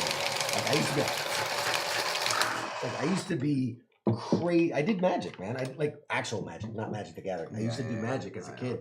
I was really into it. Go ahead. Shuffle up your cards. Just hit the little button in the middle. Doesn't have to be perfect. Guess it does. That was weird. I've literally never done that. Never stuff like that. It might just be dying. I haven't charged it in like 6 months. 6 billion years. All right. Oh, that's the card here. Sure, it's your card. All right. You ready to go? You ready to play real Magic? Real Spider-Man Magic? I got. There it is. I knew a little bit, but not much. That's pretty interesting. See? You never heard about that story. All right. Let's play Spider-Man The Gathering. Oh, we're really doing that? All right. Man. You remember that? Going old school? Going old school with the... All right. Hey, respect. We do 7, 2, 3, 4, 5, 6, 7. 6, 7. All right. All right. I'm gonna even do the. Oh boy. Oh, we're doing life counters. We we can bring out the life counters. You got life counters? I got the ones from the last game. Ah. Yeah, we could do it that way. It's the manual way. I already forgot that we need life counters. There you go. Bam. Life counters. All right. Let's go to 20. You're about to see some real shit, folks. Not really, but probably Mike's gonna kick my ass. Oh, please. With this deck of random mixed up cards. Oh my god, bro. It's gonna be. You know, it's gonna be hilarious, bro. Hey, we're gonna learn. Would you like to go first? I went first last time. Would you like to go first? Okay, let me see what I got here, man. Sure. Oh, look who's in the chats. Oh, Steven Quintanilla, míralo ahí. The good old days, that's right, man. The good old days, brother. Yes, sir. You missed it. We broke open the Yeah. Avatar box. Now we're playing with some Spider-Man Magic the Gathering cards. I remember your mail decks, man. Mailing people's cards. Mm-hmm. Remember, and he liked his Planeswalker. Liliana. Liliana, that was his favorite. Liliana, right? Liliana. Liliana, yeah. Liliana. That was his favorite. Mana burn was fun. Yeah. All right. Well, I am going to start with a land, and I passed my turn. Wow, that's it? Wow. Okay. I draw. I don't know what it's gonna be. I play my mana. Let's see here, so everybody can see what's going And I passed my turn. on. Banner was fun. All right, so it is my turn. Draw a card. I am now going to. Does this have black? Why do I have swamps in here? Because it's a black and green deck. No, I have blue. Okay, well now you got black too. Oh, that might have been my card that was stuck in the. Give me my black. Yeah, man. Yeah, draw another card. That was mine. That was from when I shuffled that until. Yeah, it was like, oh, that's right. One was stuck in there. One I like it. All right, so I am going to throw another minute. I'm a changed man now. I promise. You lie. Yeah, right. You lie. Answer the question. Do you still have your magic cards? Of course he does. Answer the question. He still probably spends a fortune on them too. What up, Ton? How you doing, man? Because I had to sell mines, and I regret it. Don't get married, folks. Don't get married. Okay, so I'm going to tap for 2. Uh-oh. Here we go. And I am going to cast this creature, which is a 2/2. The ability is that if I pay 3, this creature gets +2/+2 until the end of turn. Activate only once each turn. So you can't do it multiple times. There you go. And I pass my turn. I draw. I don't know if combining these things were a good idea. What's the worst that could happen? It's gonna be a long game until we can put Nah. start casting creatures. Nah, we'll be fine. We'll be fine. Yeah. I'm going to play.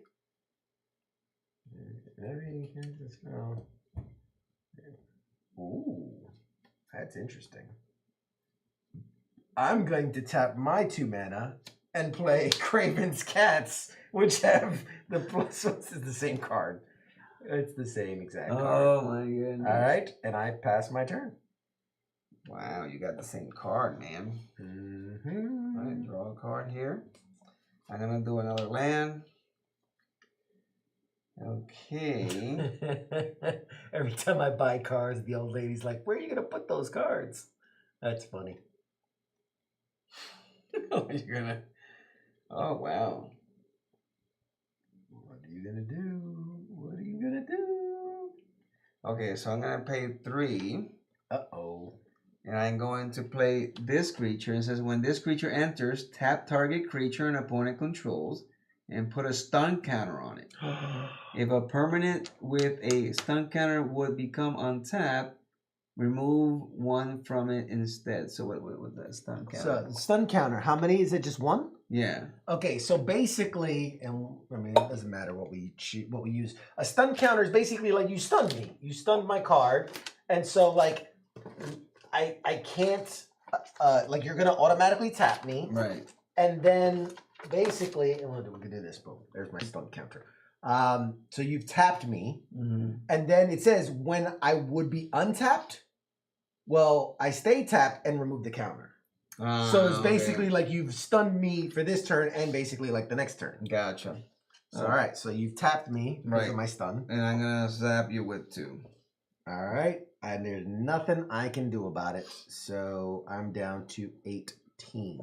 And so your thing said, if a permanent with stun counter would be remove 1 from it instead. Yeah. So at this point, you're done, right? Mm-hmm. Okay. So I would untap. I would untap, but instead I remove the counter, but he stays tapped. Damn, dude. That's so I've lost him for another turn. That's a good card. That's a good card. All right. I drew my card. I will play a swamp.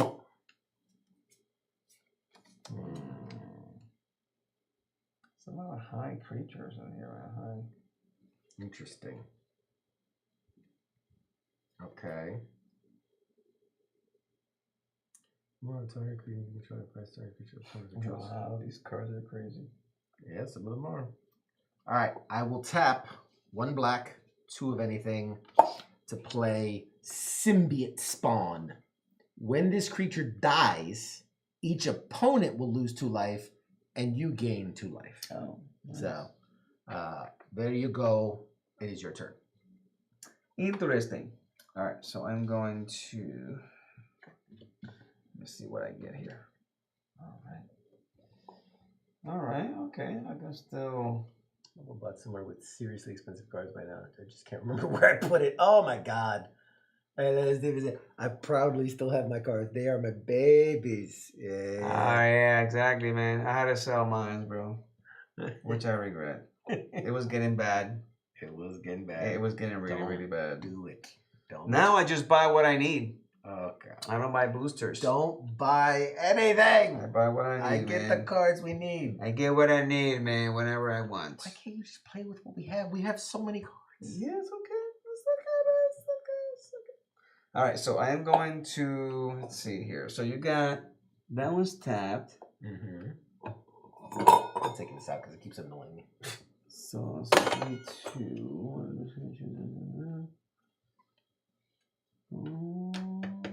Why does everyone say I cheat? What the fuck, man? What is this every time? Every time. He was cheating. Every time. Just because I'm better than you doesn't mean I'm cheating. Which I love, by the way, that in the Spider-Man deck, the forest is just like some trees on the street. Like, because New York City, right? It doesn't have forest. So it's like those random trees. There's like, yep, forest. Oh, man. First. All right, so I am going to, let's see here. So you got, that one's tapped. All right. This is So, engaging television, ladies and gentlemen. yeah. So I'm going to pay 3, Oh, and I'm gonna boost him, oh and then I'm gonna shit. zap you with 5/5. So he gets 2/2 to the end of turn, yeah. and you're a 4/4. I'm a 4/4. Yeah, I'm a So 4/4. 4. Yeah, 4/4. So I could block the damage. You don't have trample. Mm-mm. So I could block the damage.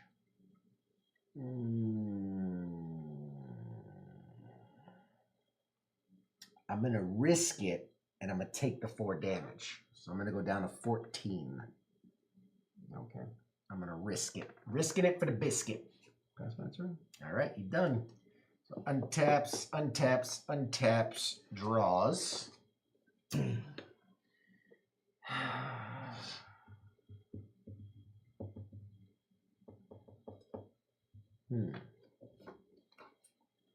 All right.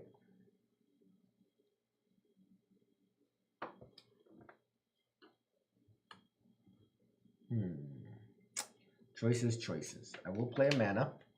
Oh, at least you're getting mana. That's pretty much all I was getting.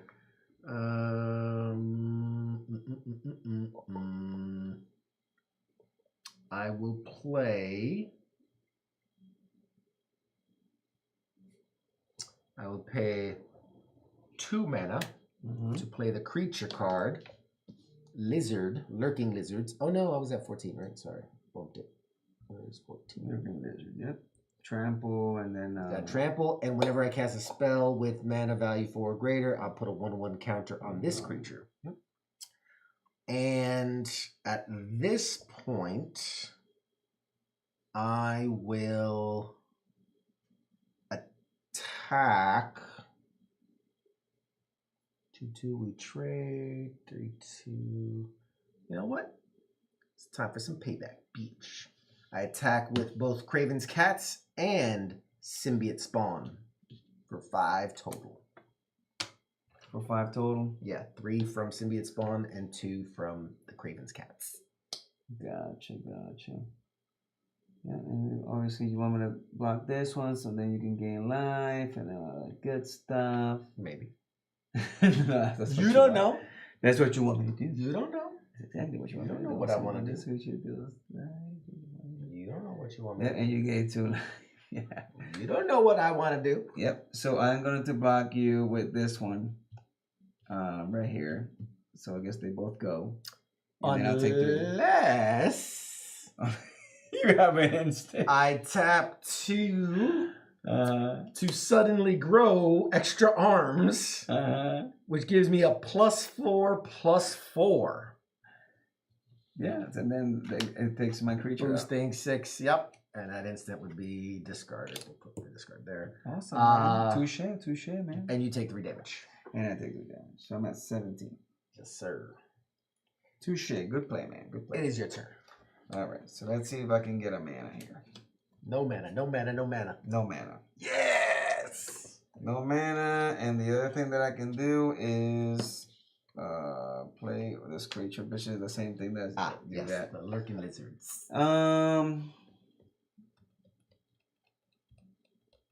That's already that. Go ahead. Pass my turn. Pass your turn. All right. Untap, untap. Not really doing good with no mana. Hey, buddy. But when you get it, you'll have all the cards. It's a slow roll, man. It's a slow roll. Not looking good for me. I play mana. Oh my god. Because I drew literally my first 7 cards were 5 mana. Oh my god. All right.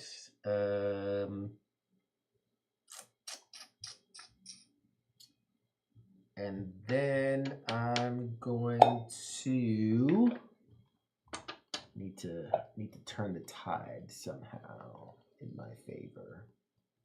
So you have a 1/3 with trample and a 2/2 that can buff. So what I have no mana to buff. Not this turn, but I'm thinking future. I'm thinking one step ahead. So I choose to pay 3 to play sorcery, which gives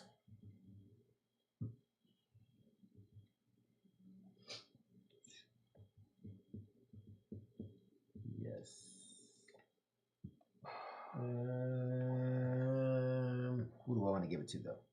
That's the question. A +1/+1 on a target creature that I control. And now it fights a target creature your opponent controls. So I choose to fight you. And he's a what, a 3/3? He's a 3/3. Yeah, so he's gone. All right. And then I also attack for 3. For 3. And I'll take those 3. Okay. Take 30 damage. That's 14. Your turn, sir. Kind sir. All right. Bro, if I don't start getting mana, this is going to be tough. No mana, no mana, no mana. Yes. Yeah, so at least I Luck can... of the draw, baby. Luck of the Yeah. draw. Oh, another Prowler. So Prowler can't be blocked by creatures with power 2 or less.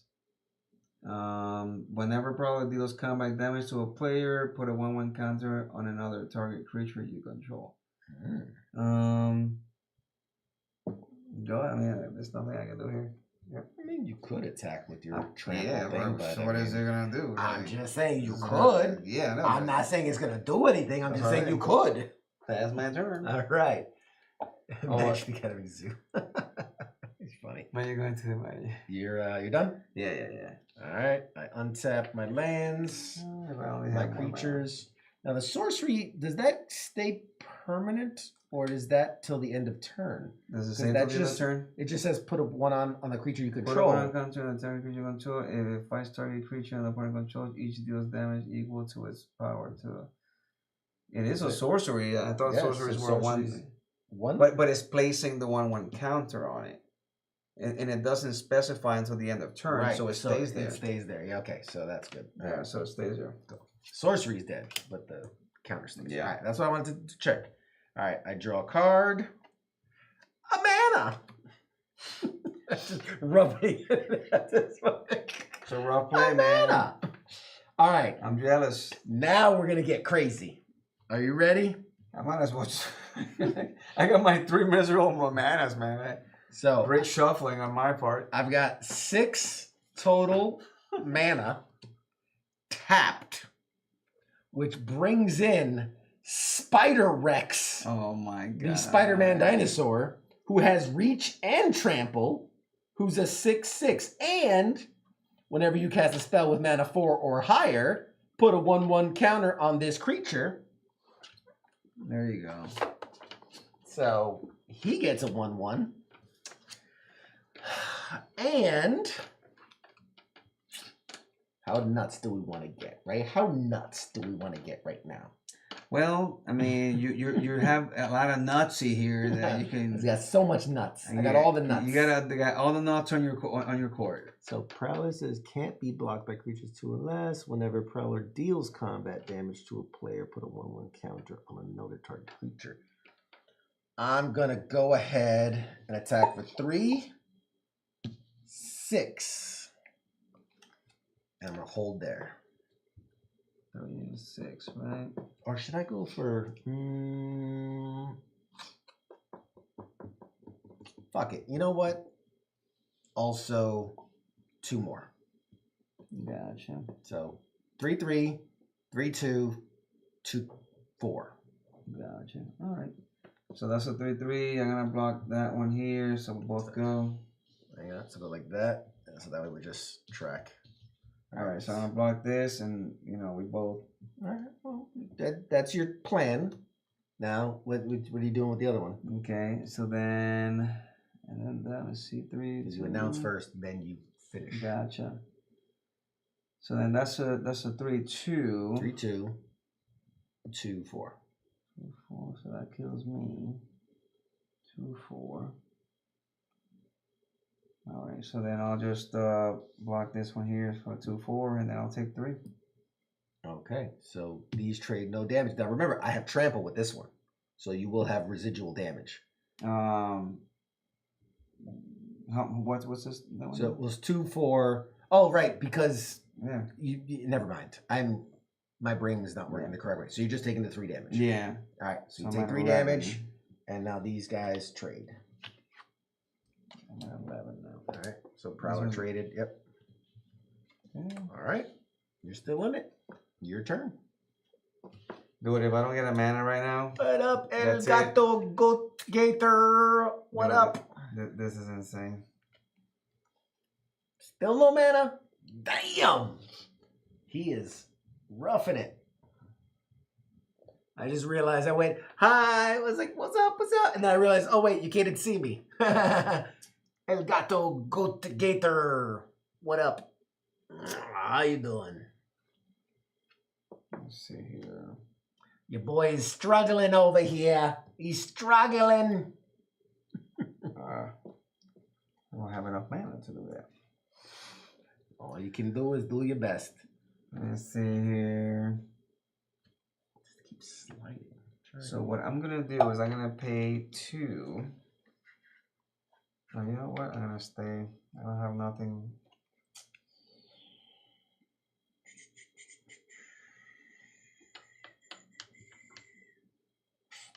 Oh my god! If you see my hand, you'll be like, I oh know my that God. voice. All right, I'm passing my turn. You pass your turn. Yeah. Oof. All right. So at the beginning of your upkeep, I am going to play an instant, Oh, here we go. and I am going to return target non-land permanent to its owner's hand. So I'm gonna make you return that one to your hand, and it would have a kicker. I could draw a card, but I don't have enough mana, so I can't do the kicker. Yeah, I got you. So there you go. And I saved my ass because that was coming for my life. I mean, it was coming for my life. maybe. It was coming for my life, bro. But you know what the downside of that card was? No. Because what does this say? Whenever I cast a spell with 4 or greater, he's going to get a +1/+1. So when he comes back in, he's going to get boosted again. Don't have a choice. But man. hey, I get you, you know. I gotta choose my poison. Man. Interesting. What is this? This is a new one. You may cast you also return a tap creature you turn to. You control 2 turns.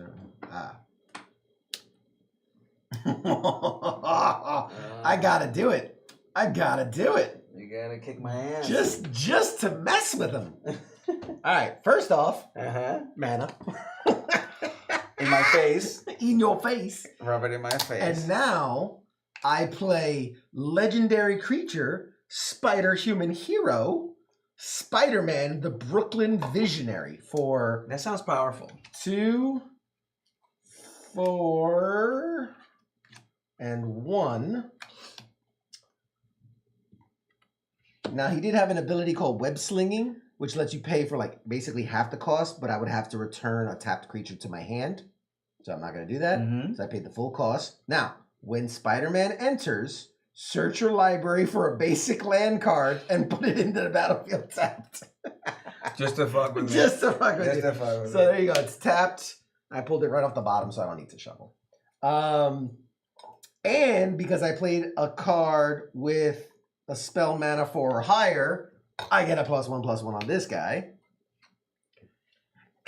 No. and then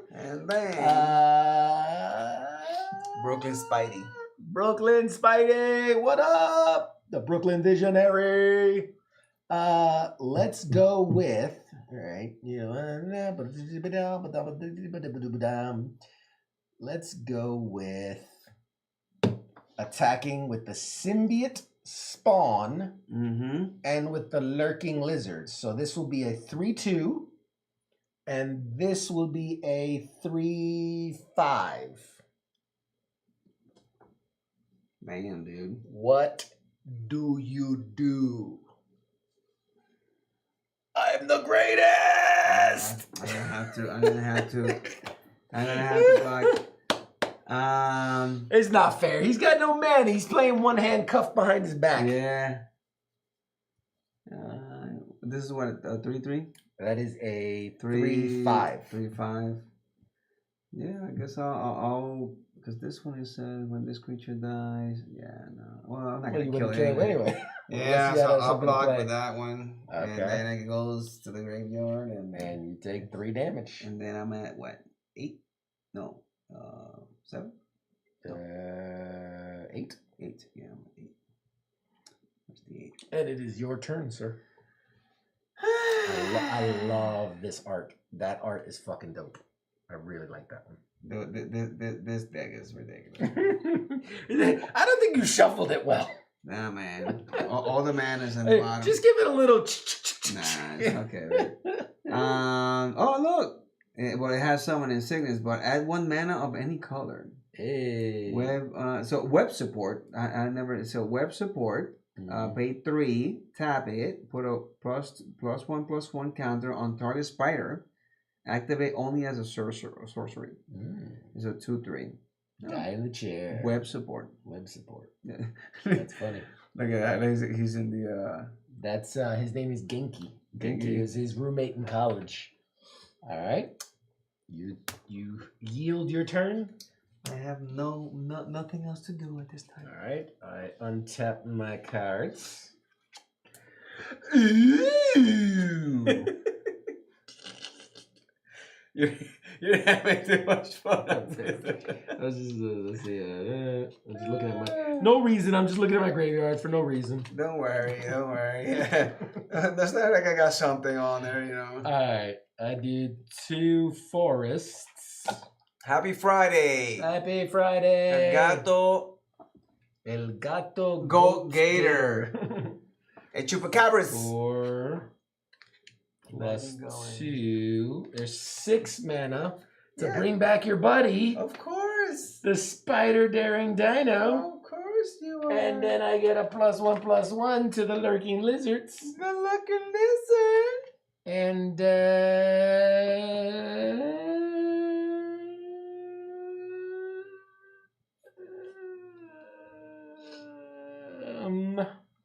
what do I do is the question. So you have a 2/3. I'm gonna go ahead and once again attack with Symbiote Spawn, Lurking Lizards, which that's what? That's 3, 4, 5, 6, 7. I mean, you already. Do you got 8 between these two? Yeah. Yeah, the game is over. No, because you can block. Yeah, I'm gonna block 1 creature and 4, then 5, 6, 7, 8. Oh yeah, it does have 8. Yeah. 2 creatures.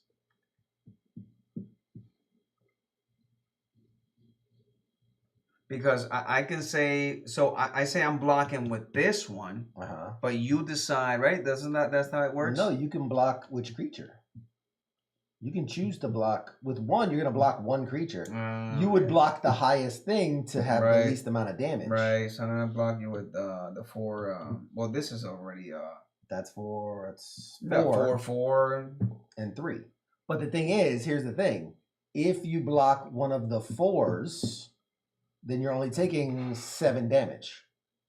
If you block the 3, yeah, you're taking 8. I just survive 1 more turn. That's it. I mean, that's fine. So I'll block this one, and I survive 1 more turn. There's no 1 on this. It's the symbol. What, the symbol here? Either one, yeah. Right? Yeah. All right, my turn. It's your turn, sir. No mana. You did not shuffle the deck, dude. No, man, this is sad. Split it in half. Oh, look at a 1/1. Flying Octobot. A 1/1, man. Hey, but it's got flying. That's it. All right, man. Give it to me, bro. Hurry up. What does it say? Whenever another Valiant you control enters, put a +1/+1 counter on this creature. This ability triggers only once a turn. All right. Well, I untap. I draw another mana because I shuffled my cards. And just for shits and giggles, I'll put in, just because I wanted to see him, Tombstone, the career criminal, who's a human villain. And when he enters, return a target villain from your graveyard back to your hand. But I didn't have any villains in my graveyard. And let's just say, that you're gonna, you're gonna give it to me. it didn't end well. Look at this, man. This Unbelievable. I have no. Can you draw until you get a mana? I just need to know where it is. Oh! Let me see. Oh my god! All mana. Oh my god, bro! Look at You this. did not shuffle that deck. Fuck out of here, bro. Fugazi over here, man. You want to try a different deck? What do you want to do? Whatever. Yeah, You want to do a different deck? Let's see. That was cool, man. Yeah, it's fun. What you got? We got blue, we got white, we got red, we got green. Let me try the white. Ooh, going with the white. Try the white. Now the question is, should we split it in half? Do the split, the two sides, and just play the short deck? You want to play the short deck? Let's see what happens. Yeah, It's a good. yeah. That way we get some. Try it out. Yeah, get some experience with what it's like. I like the idea. It's a good sample. So you want the red then? Whichever you want, homie. All right. There you go. All right. Fugazi over here. Forgot. All right. And we should do it the way they said, where you don't shuffle. You just Shuffle. play it right off the top, right? That's how it's designed to be played. Well, this one doesn't say don't shuffle. Oh. Look at the other side of this one.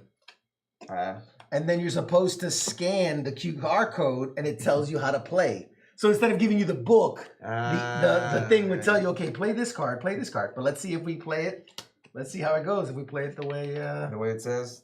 Well, not the way it says, but like meaning the way it's set up. We'll play it like that and just see what happens. Yeah. 1, 2, 3, 4, 5, 6, 7.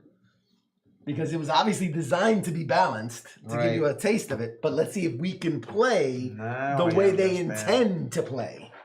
Now I understand. You understand what I think? understand what you're saying, Let's man. set to 20. Here, I'll even give you the funny colored one. All right. Oh, look at that. I've got mana and cards. Would you like to go first, or would you like me to go first? Is that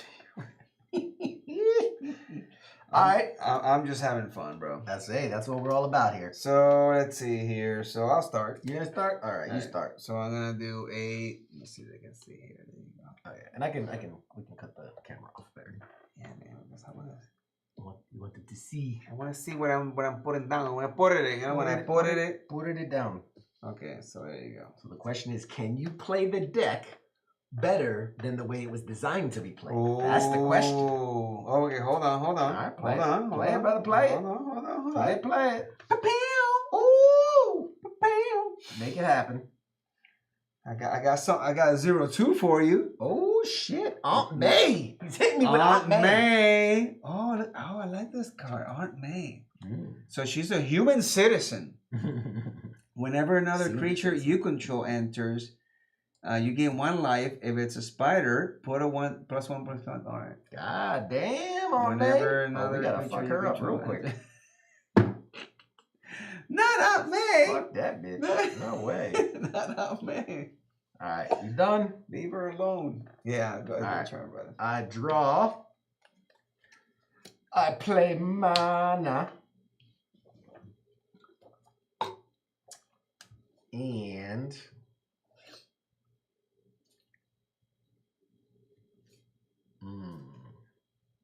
questions.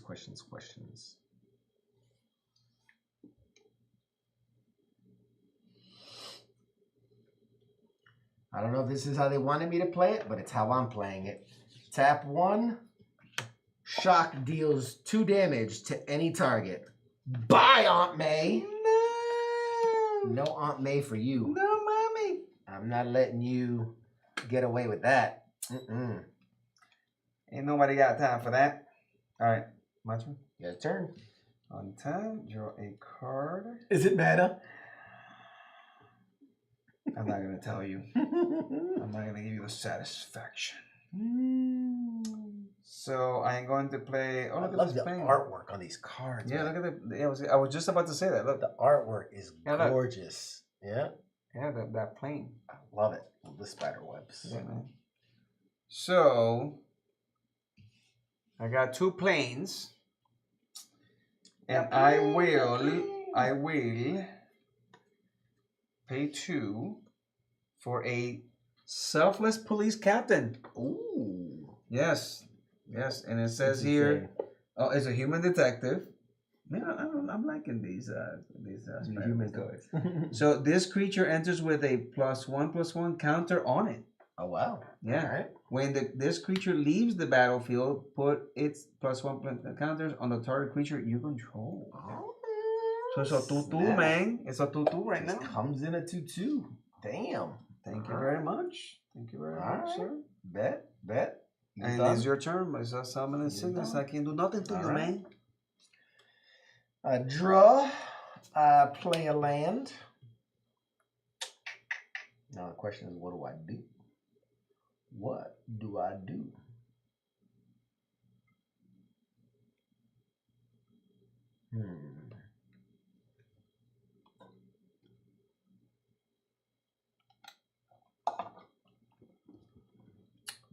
Tap 2. Angry Rabble. He's got trample, and whenever I cast a mana value 4 or greater, he deals 1 damage to each opponent. That's the red decks for you, man. The red decks. All right. Your turn. Turn 4. Okay, so let's see here. Play a land. Okay, so let's see here. So I got that. When another creature leaves the battlefield, so that's basically what it is.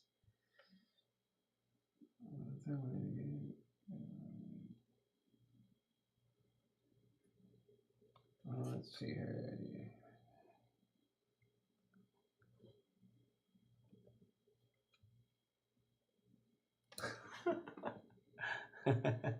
This guy. So, for one, if you also return attack if you control for 12. If you return attack yeah, no, this is not. If you also return attack yeah, I don't understand this one. Well, play it and I'll tell you. Yeah, so. I just love the artwork on these cards. I'm such a Spider-Man fan. The artwork is just gorgeous. Okay, so what I am going to do is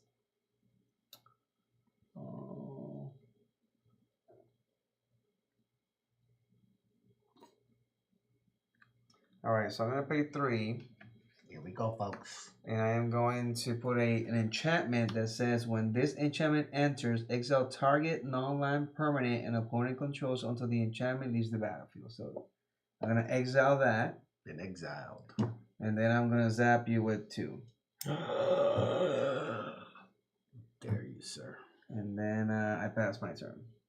What a bitch. Untap. Draw. Play mana. That's always the issue, the mana.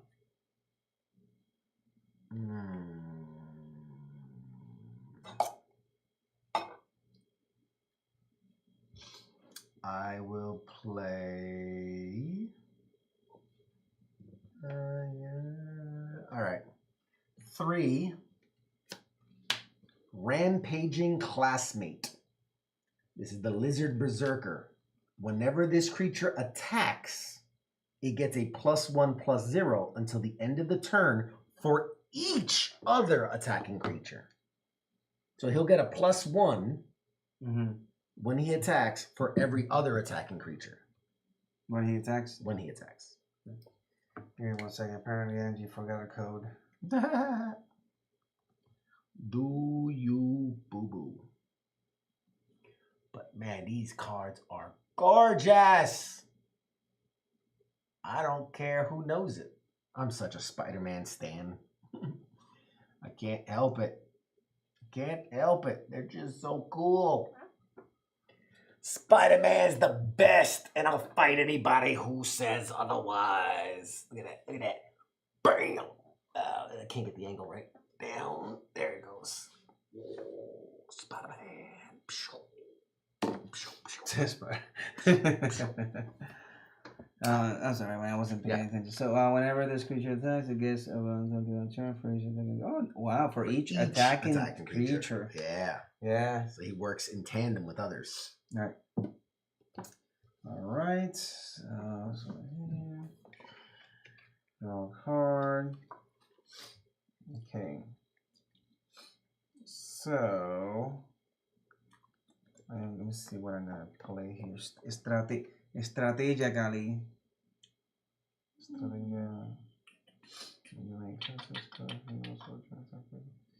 Okay, so let me hold on to this one. And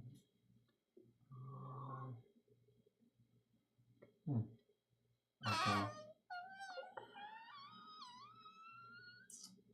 Okay, so I'm going to play this one here. And it's a creature. It says vigilance. It's just basically whenever you gain life, put a 1+1/+1 counter on it. But I'm sure it has another ability that matches with that. But well, that would have went good with Aunt May, right? Gaining life. Whenever another creature you control enters, you gain 1 life. If it's a spider, yep, that would have been good with Aunt May. But not anymore. Sorry. Your turn, my friend. I'm not gonna mess with that's right, the lizard. With that 3/2 right now, because that would die if I attack you. Mana.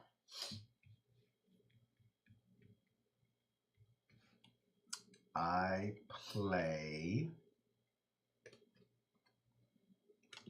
3 for Spider Gwen, the free spirit, who has reach, and when she becomes tapped, I may discard a card, and if I do, draw a card. Oh. Different. Okay. And just for shites and giggles, that extra 1 to play Spider Cat, the masked meower. I know. He has haste. Discard a card and if I discard and sacrifice this creature, I can draw a card. Oh, okay, so it's like a drawing cards theme. If I do, yeah. Yeah. So I will vigilance. Vigilance is the you can attack without tapping. Right. So I will go ahead and see if I attack. Ooh, very bad, but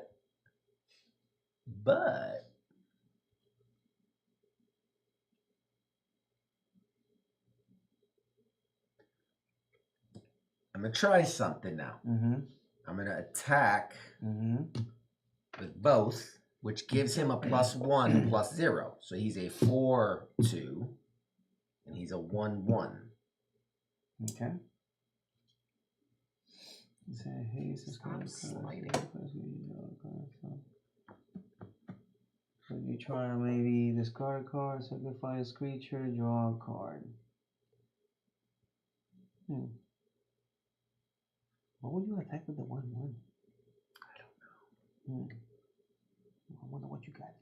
I wonder what you got in your hand, brother. don't got nothing in my hand. It's a bluff. It's a bluff. Yeah. It's a complete bluff. So he's a 4/2. He's a 4/2.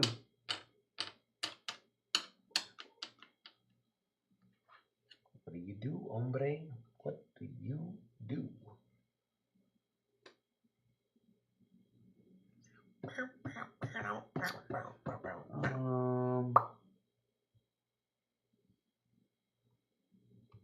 All right, so this is what I'm gonna do. I'm just going to block. So I'm definitely what I'm trying to do, I'm gonna definitely take that 4 and I'm gonna block this one, and I'll take the 4. Okay. I'll take the hit. So now here's my question, because it's been a while since I've played. Yeah.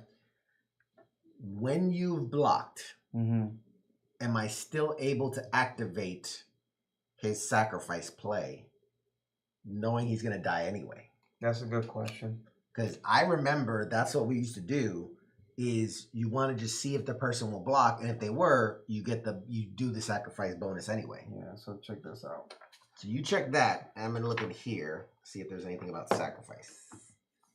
Combat, declare, common turns, target match, spells and resolve. So the question is, can you sacrifice an attacking creature, or can you activate an?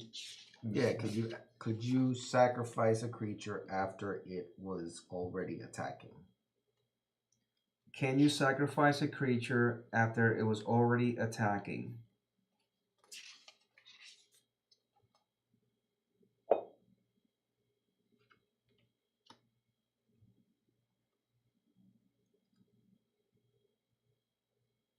So this is what it says.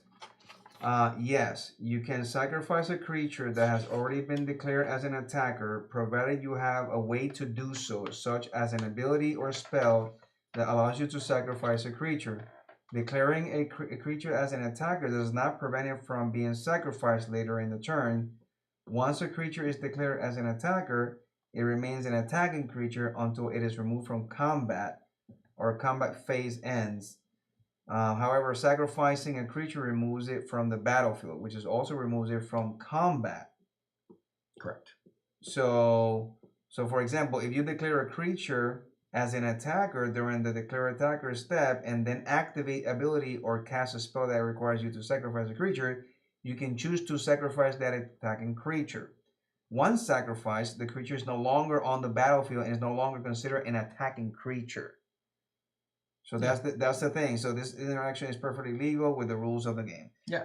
But I played it exactly how I wanted to, because you blocked here. No, but he doesn't become an attacking creature anymore. If you decide to activate the ability, he no longer, there's no blocking. That's it. You remove them. So now you have to deal with just this guy. Right. That's what I'm saying. So you took 3 damage from him. And I've sacrificed him. So then I just took the 4 damage. That's it. Right. Yeah. That's what I'm saying. Yeah. So I didn't want to lose this for nothing. The point is I sacrificed it. So I'll discard a card and I'll draw a card. Yeah. That's what I'm saying the play was. Touche. And so I'm discarding. I chose to discard a mana because I have so much of it. And I draw a card. So now it is your turn. Lucky you. So I'm at 16. Yeah. All right.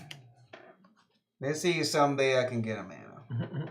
So this guy's still here. Yes. That's still in. A mana. Oh, mana.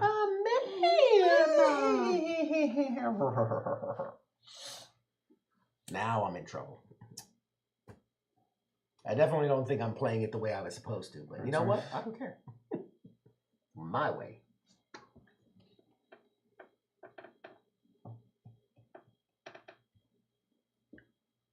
Oh, okay. So what I'm gonna do? Okay, so then. All right, so I'm just gonna play. I don't know if I should play this one first.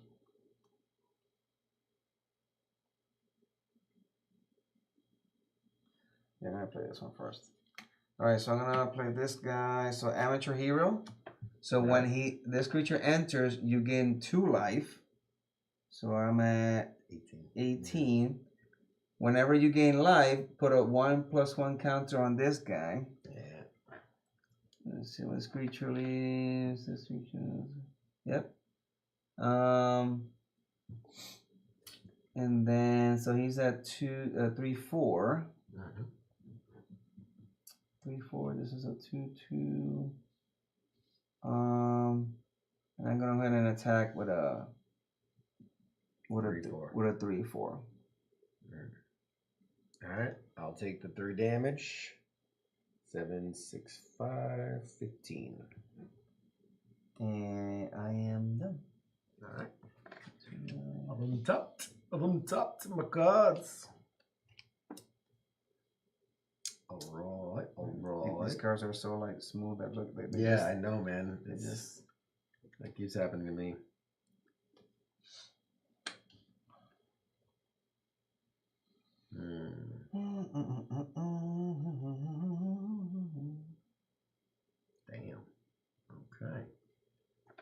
So I got what? 1, 2, 3, 4.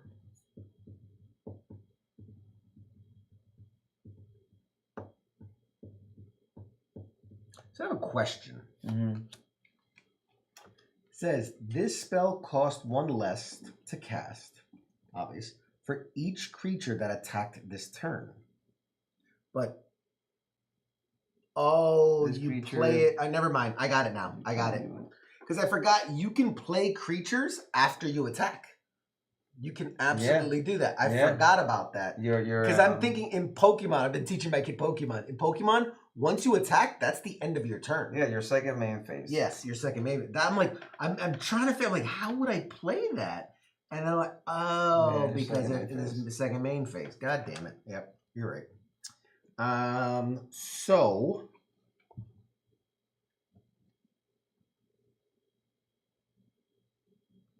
I'm going to play. What have you got? You got a 2/2. I got a 2/2. A 3/3. 3/4. A 3. Well, he's tapped, but 3/3, and this is just an enchantment. Fuck. All right. Well, I'm going to.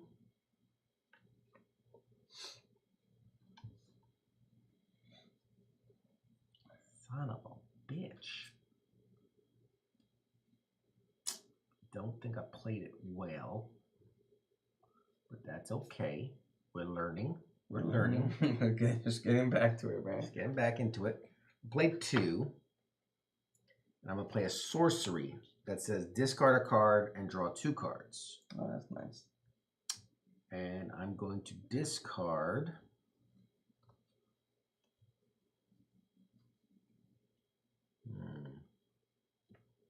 This. Where's my discard? This is my discard. This one. And I'm going to draw 2.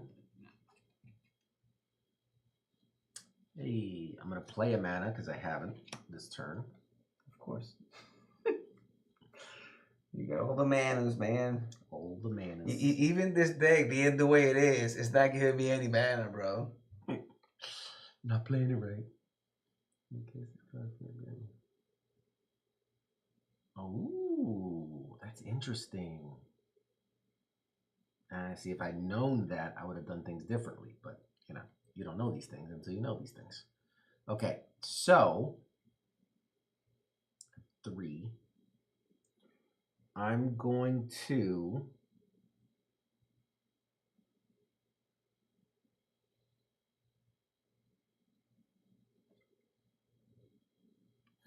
I'm gonna try something. And I don't know if this is gonna work. I really don't. So I'm gonna attack. Fuck it, I'm gonna lose, but I'll lose my way. For 3, but also for 2, which gives him a +1/+0 for her attacking, right? And when she becomes tapped, I can discard a card to draw a card. I'm gonna discard a card and draw a card. Mm-hmm. All right, cool. And then I'm attacking for a 2/3 and a 4/2. And a 4/2. Correct. Got you. So.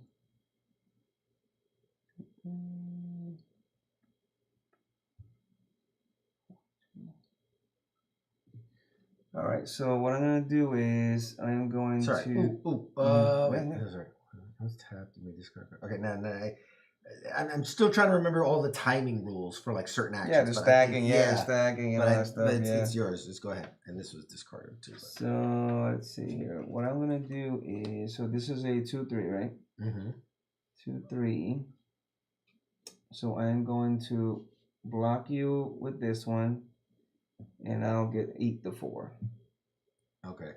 Now question. Because this is a card I discarded. And it says it has Mayhem, which you may cast this card from your graveyard for just the 1 and fire if you discarded it this turn. There you go. So I can do that because I have the 2 mana. Yeah. This turn, yeah. And I play Mayhem, which deals 4 damage to target creature, which I'm gonna use this one. Okay. Which would wipe it out before the combat, right? Because it can be used as an ability instant, yeah. Yeah. Okay. Yeah. So I destroy that one and hit you then for 5 or 6 damage. Yeah. Right? So I'm then. Well, hold on. So let me see then. Yeah. How much is it? 2 for this and 4 for this. 6. 6. So that's what? 12. Yeah. Touche. I'm trying, man. Hey, what's up, Connor? Trying to, without knowing what's in the deck, I'm just playing it. Yeah, no, that was good. That was good. I'm trying shit. Good. I'm done. Yeah. No, but that was good. That was good. I'm at this point. I'm throwing shit at the wall, seeing what sticks. Mana, it's a mana. You gotta be kidding me. All right, so let's see what I can do here.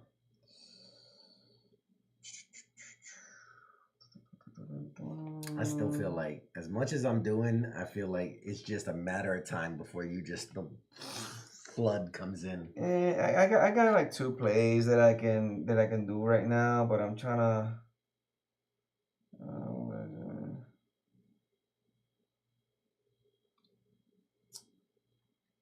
See, this is what I don't understand. You spell. Yeah, I ask you questions. You can ask me questions. Yeah, you may sense a spell for 1. If you also return target you control to its owner, you control to its owner. It's like there's no that creature here. Yeah, this one doesn't make any sense, but there's a nice power there. Hi, Jenny. How you doing? 2 minus. So Jenny, if you're watching, is the lighting better? Is the sound better? She was critiquing before. She's like, the lighting is weird. It's too dark, and the sound is bad. Like, she was critiquing before. I'm like, oh, what do you think? Is it better? Are we doing good? So I got 2 plays that I can do right now, but I'm not. And you haven't done either one of them. I don't know one yet. But it'll get me something so I can continue to survive. Yeah, I really don't have that much here, but okay, I think I'll just play this one because I could have returned that girl, but it's not gonna work out.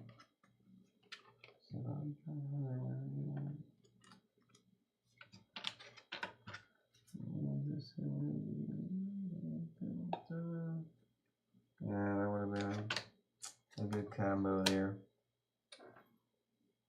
Let me try to see if I can survive another turn. Alright, man, I'm just gonna pay 4. Okay.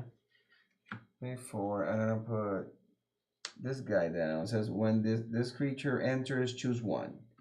So I can puff piece, put a +1/+1 counter on each of the 2 target creatures. So I could put another 2 counters on these 2, or return target creature card with mana value 2 or less from your graveyard to your hand. So I could return May, and then play her immediately, or I can just put the two counters. Because this guy becomes a 4/2 every time, so he would become so another 4/3. So I can have a fighting chance there, and I can Sure. Yeah, I'm gonna have to play like that, man. So I'll use his ability of putting 2 +1 counters on him. Here's 1. I'll get you. Just so, because I need some defense here. So he's a 3/3, and he is a 3/4 now. Okay. So now, let's see here. So I have no defense. Yeah, but then you're gonna Yeah. zap me like a Then you're gonna. But you can do more damage to me than I can do to you. About that, man. I'm at 12. So let's see here. Because if I see the thing, if I zap you now, it's just basically what 4, 7. Just 7? You mean half my entire life? Oh, okay. 7, but then you hit me with the same 7. Maybe With the same 6. Maybe. And then you have one of those special cards in Maybe. there. Maybe. You know what I'm saying? You never know. No. You never know. I'm not gonna let you induce me into your trap. It's the power of the red. Yeah. Cause that's the thing, man. You may have one of those little cards, right there. I don't know. So maybe I do. Maybe I don't. Nah, man. I'm gonna pass. Go ahead. I'm gonna let you do what you do, and let's see how it goes. All Make right. it interesting. I love it. Hey, a turn I don't get attacked is a good turn. I'll take it. So how much do I got here? 1, 2, 3, 4. 5. Enough. I got enough. You have enough. I got enough.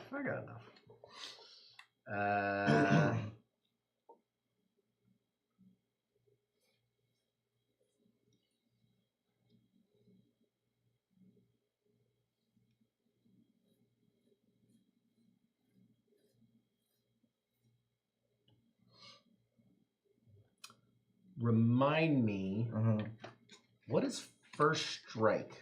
So first strike is that it deals first combat damage. So there's no there's no return. It's not at the same time. It's not a mutual combatant situation. Yes, so yes. So if you have first strike, that's it. It kills mine, and I don't have a chance to defend. Right. Not that I have a card that has that. I was remembering back when we used to play all the time. Yeah. So You're giving who are you giving first strike? For nothing. For nothing. I'm just going to attack with both.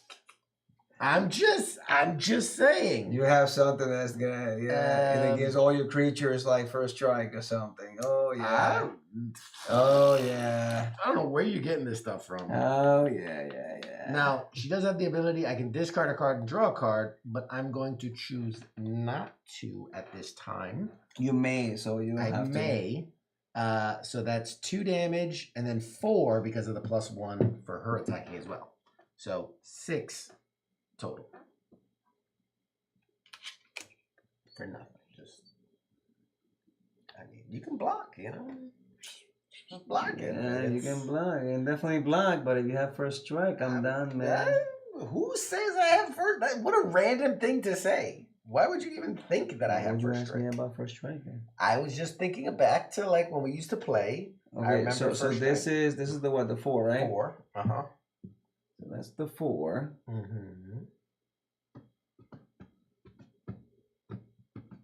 Okay. Well, I mean, so what I'll do is I will block you with my 3/5, and then I'll take the other 2. You're gonna take 2 damage, and you're gonna block 3. So is it 3/5? Yeah, it's a 3/5.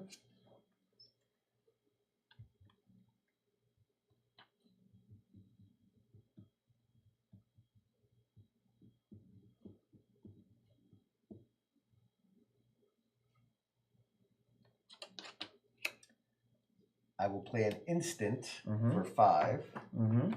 That doubles the power of each creature you control until end of turn. That's better than freaking first strike. Oh, well, did I pump fake you? Yeah. So that's 6. No, wait, 4 is 8. So this guy's gone. 8. Now it's only the power. It's not the toughness. So you also eliminate me. Okay. But it's 8 damage here, and then you took 4 damage. Okay. From here. So I am at 8. And I took out that guy, and I'm tapped, and this is discarded. Where's the 8? This guy's gone. Yep. And wasn't that the enchantment connected to? Oh no, that's different. That's different. Yeah, that's different. keeping that dude over there. Exiled. Yeah. So I'm done. I'm literally tapped out. That was a good. I still got a couple moves. I still got a couple tricks up my sleeve. Gave him the old pump fake. What is that first strike? What was that rule? What's that death touch rule about? I forget. Then what? I just fucked with you. You know, gotta keep it interesting, you know? Gotta keep the people at home entertained. People watching at home for the millions and millions. Okay. So let's see, man. I gotta start draining your thing of the thing. I got a thing you can drain. Hey! And Jake's not even here. Hey! All right, so I'm gonna pay Zinga. just 3 to put this guy down here. So this is what. So you may cast this spell for 1 if you also return a tapped creature you control to its owner's hand. But I don't have a tapped creature. Right. So, but that's the second phase ability. That's like after you attack. I can put it back in my. Well, yeah, you wouldn't play this now. You would attack, tap, then play it for the 1 and bringing back those tapped creatures to your hand. That's the second phase ability. You can also return a tapped creature you control to its owner's hand. But why would I want to do that? Well, if you if you have something with some powers, you know, whatever. Well, really, what it is you play cards, you do stuff, and you only have 1 mana left on your second phase. We're like, well, you can play it for 1 mana. So you get to play a 3/3 creature for 1 mana. Yeah, the consequence is one of your tapped creatures comes back. But getting a 3/3 on the board for 1 mana, that's fucking... Are you sure that's what it says? You may cast this spell for 1 if you also... Oh, okay, gotcha. So you're not going to pay 3. So you're going to pay you 1. Basically... Yeah, but I don't have any tapped creatures. Yeah, so... But bring it back into your hand, you'd have tapped creatures after your second phase, right? Yeah. You attack and then whatever. Gotcha. So I'm going to attack with a 2/3 and a 3/3. I have no mana and no defense, so I guess you hit me. 5. Yep, for 5 damage, taking me down to 10. 10. And I pass your turn, man. All right. I draw. I done did draw a mana. All right, I'm going to...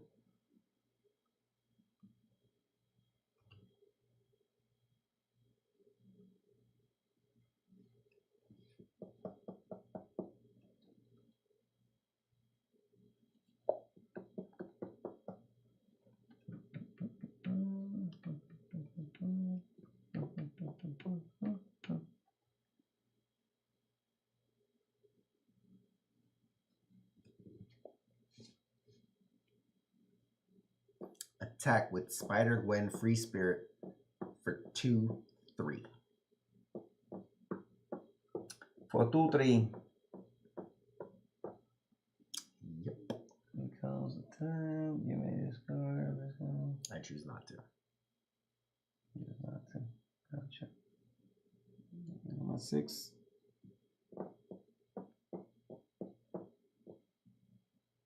Where's the name 6? Is this 6? That's 6. 6. You're at 6. Mm-hmm. All right. And then I will also...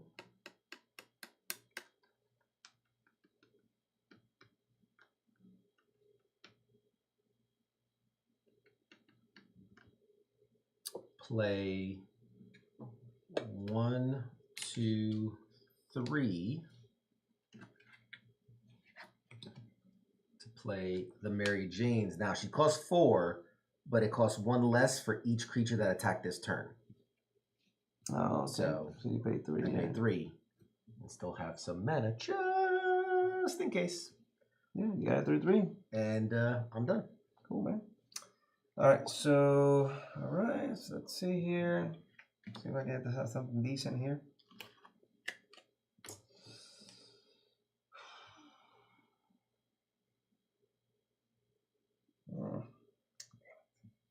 That's a good card.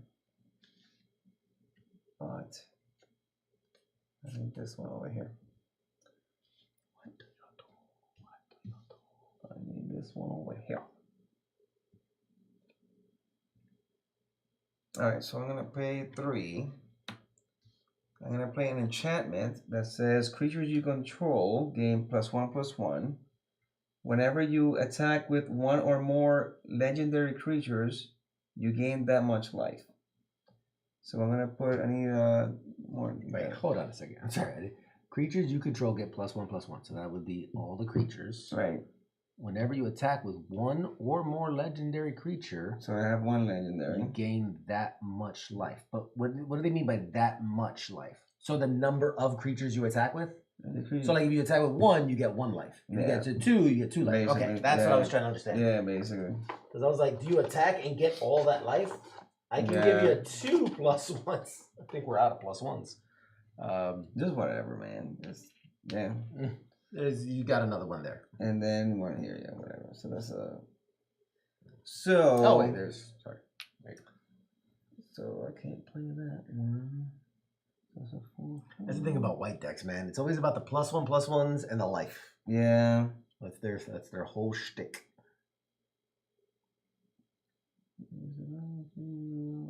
Sounds good. All right, so then, all right, man. So next turn, yeah, man.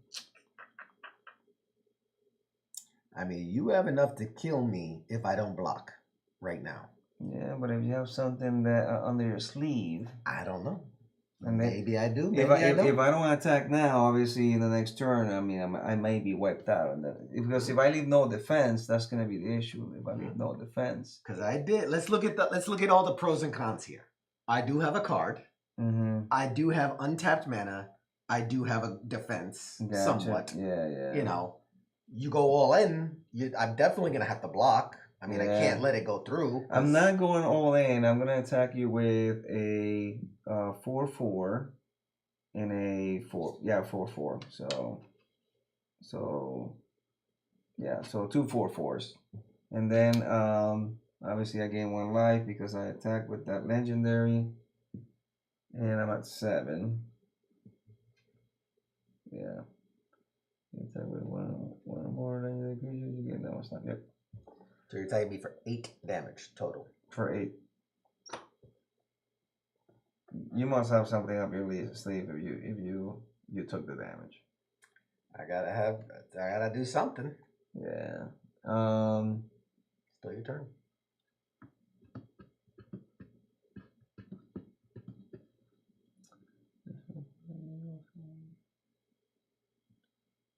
I'm done. All right. I got too much here.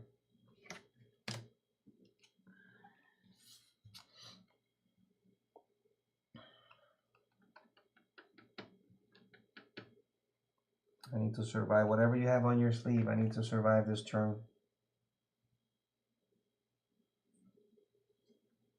Okay.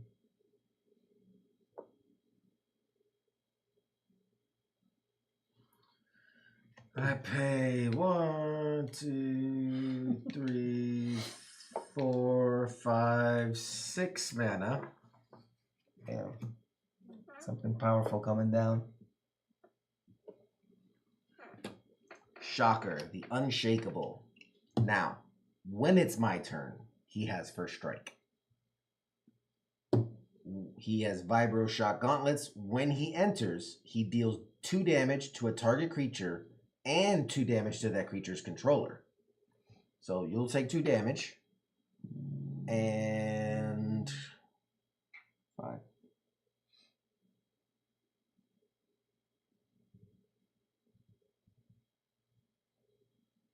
so we have a 4/4, a 4/4, and a 3/4, and a 3/4. I choose to give him 2 damage. So now he's a 3/2. A 3, 3/2. For this turn while he's damaged. And now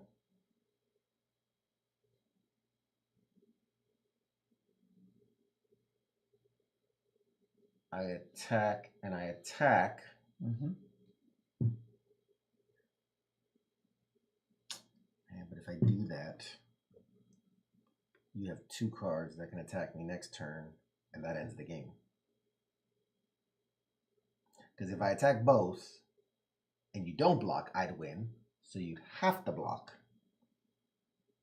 But then we just trade one and I'm fucked next turn. Your turn. So I can't do that. So instead,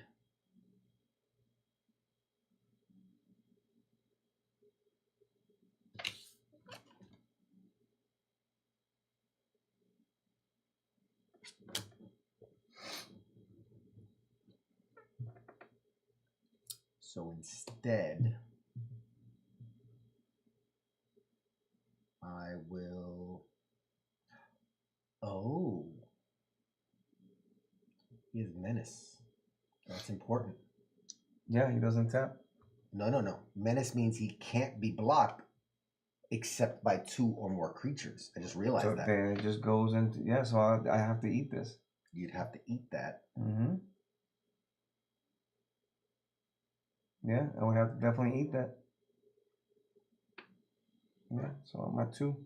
I just saw that. I'm like rereading it. I'm like, there's got to be something here. Hey, that works. Dude, we're both at 2, man. Okay, this is it. It comes down to the wire. I don't know what else I got, man. Let's see. We'll see what I get. It's just gonna depend on what I draw now. I think I'm fucked. Nah, I think I'm fucked. let me see here. So 'Cause I see a way out of it for you. I don't know if you see it, but I see it. let's see. So I'm gonna pay 5. Oh boy. And I'm What? going to put a legendary creature with flying. But you still have reach here, so you I can, do. yeah, you have reach over there. Yeah. When Starling enters another target creature you control gains flying until well, you're fucked because you're not fucked because You can't attack with that one. yeah, I can't attack with that one. So it is. So I just giving someone else flying until the end of turn. Mm-hmm. See here, so you can block. Let's see here. I mean, if I attack you with 3 creatures, you can only block 2 creatures. So True. that's pretty much it, man. Pretty much. Unless you have something. I mean, I don't know. We gotta figure it out. Let's see here. So the thing is, who am I giving flying?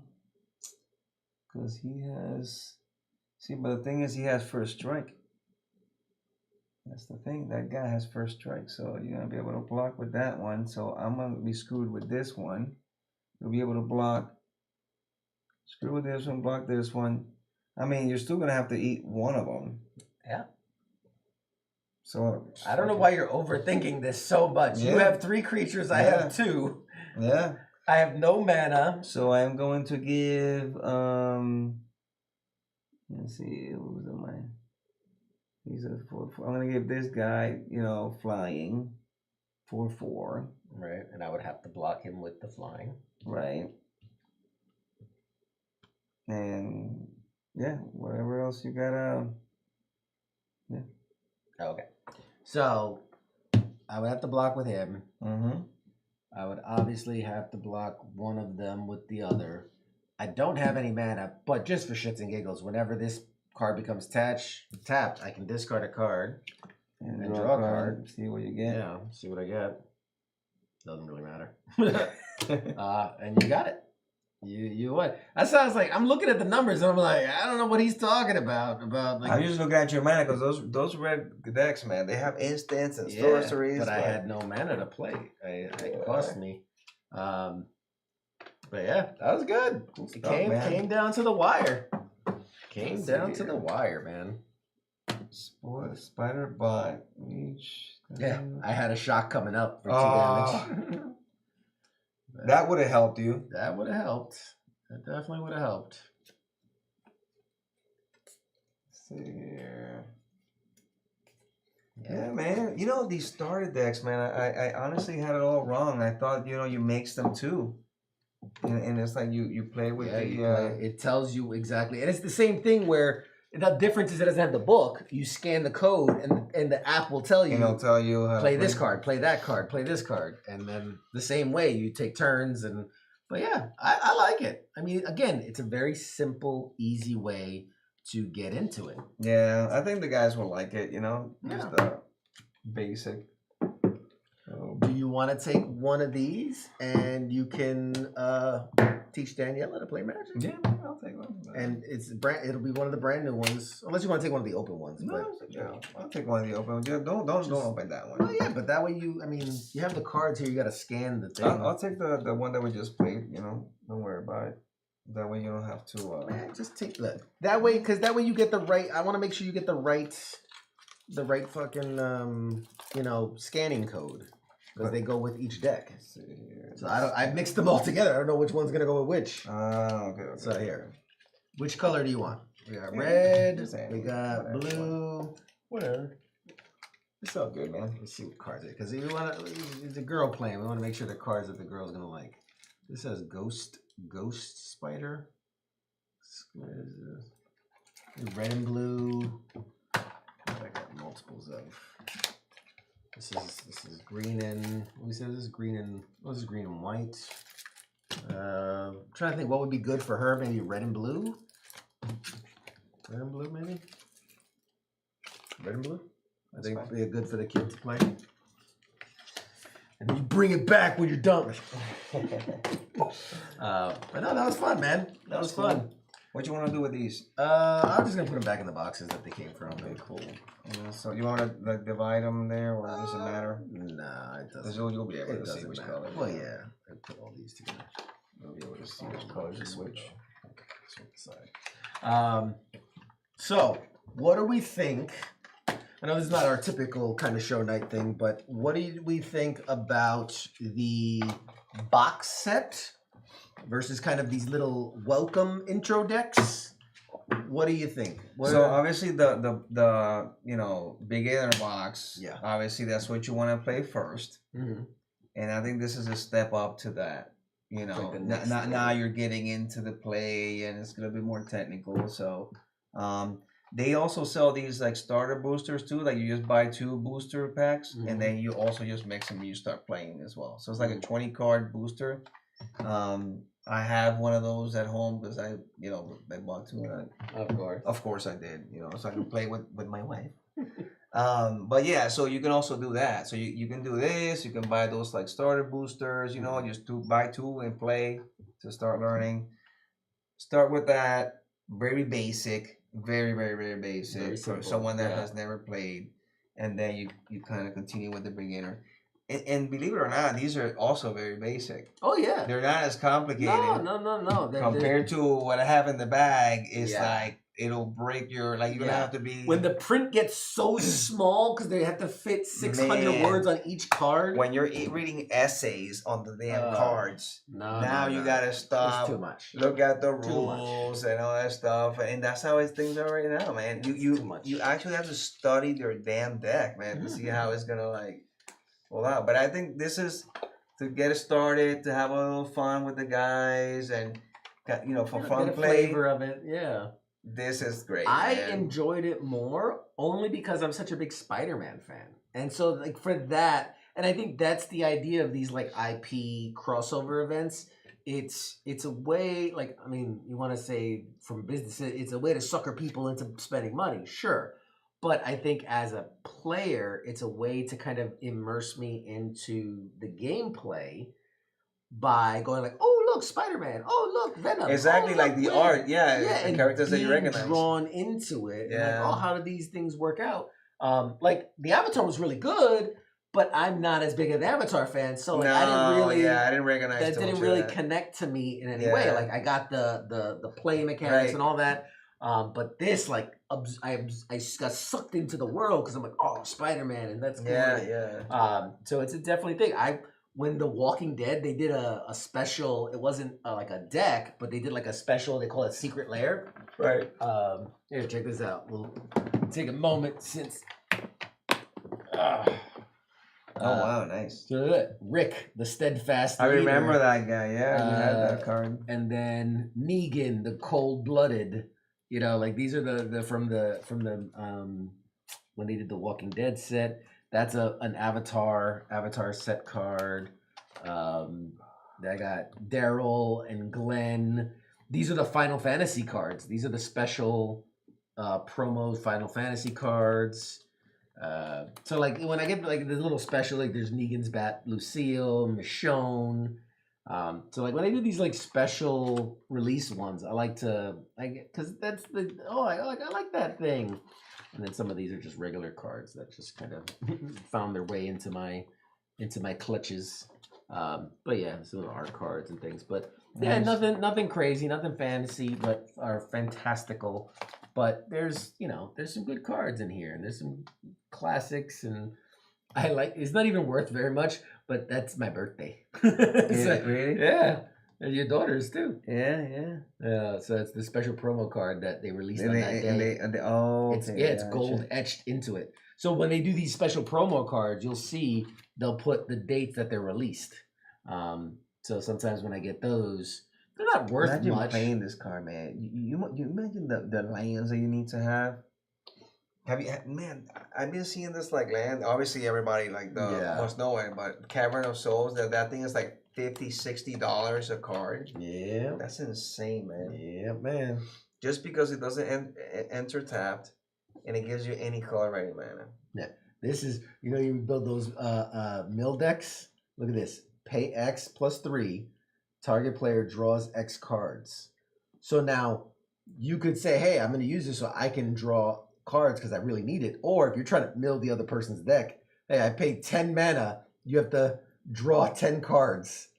And they have to mail them because you can't have a certain amount of cards. Yeah. So like these are all the whatevers. But yeah, I used to be the big into the collecting of like the special cards and things like that, but not much anymore. I haven't been around Magic in a while, but no. So yeah, overall, I agree with your assessment. Let's go main.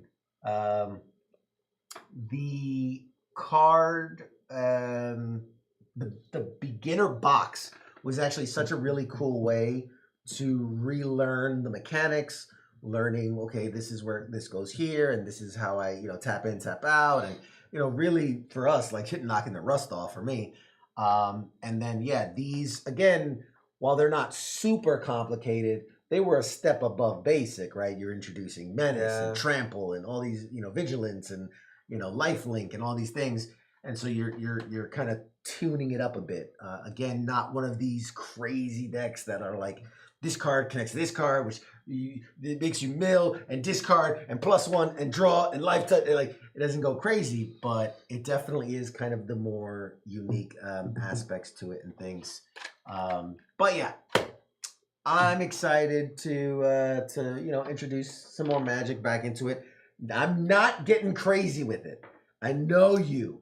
I'm not. Put it this way, I am not buying cards. If I get cards, I'll get cards. But you have cards. I know. That's what I'm saying. But so do you, and you keep buying cards. I sold my cards. I sold all my cards. I have no more cards now. I'm trying to get back to the decks that I used to love. The goblins, the elves.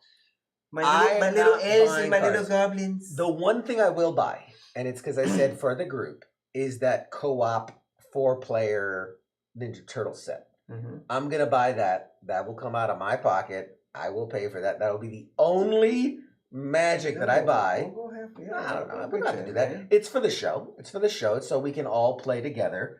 But I will not be buying packs. I will not be buying decks. I will not be buying boosters. I will not be buying... So check this out. I am not buying boosters, decks, or packs. I am buying the cards to build the decks.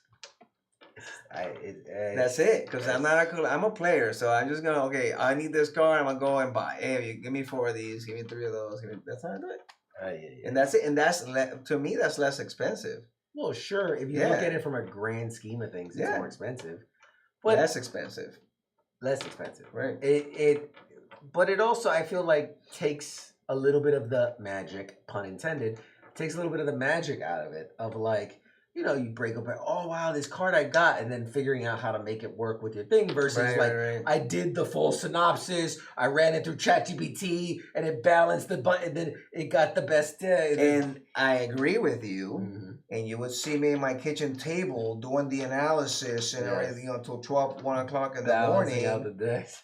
So yes, I agree with you. But then again, yeah, that becomes a thing. it becomes an obsession. And it comes an obsession. I'm gonna get booster packs every week or every time I get paid, and it's gonna get crazy. So I get it. So that now, I'm gonna be like the ChatGPT guy, going to talking to the guy. Like today, I blew the guy's ear off. I'm like, listen, man, what can I get, man? Help me out. So what instead of this one, and he was really cool. This guy, Mike.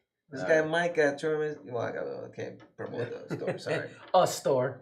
A store. I was about to say it, Yeah. but a store. And he was super cool, man. It's like, hey, I'm missing these 2 cars. What do you think I can replace them with? Because they didn't have them. He was super cool, man. And he was like, yeah, no, I think you should play this and that.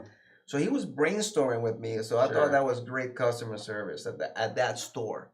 But yeah, that's what I would do. And I'm gonna be very honest with you. Like that goblin deck that I just built, I don't know. It was like maybe almost $50.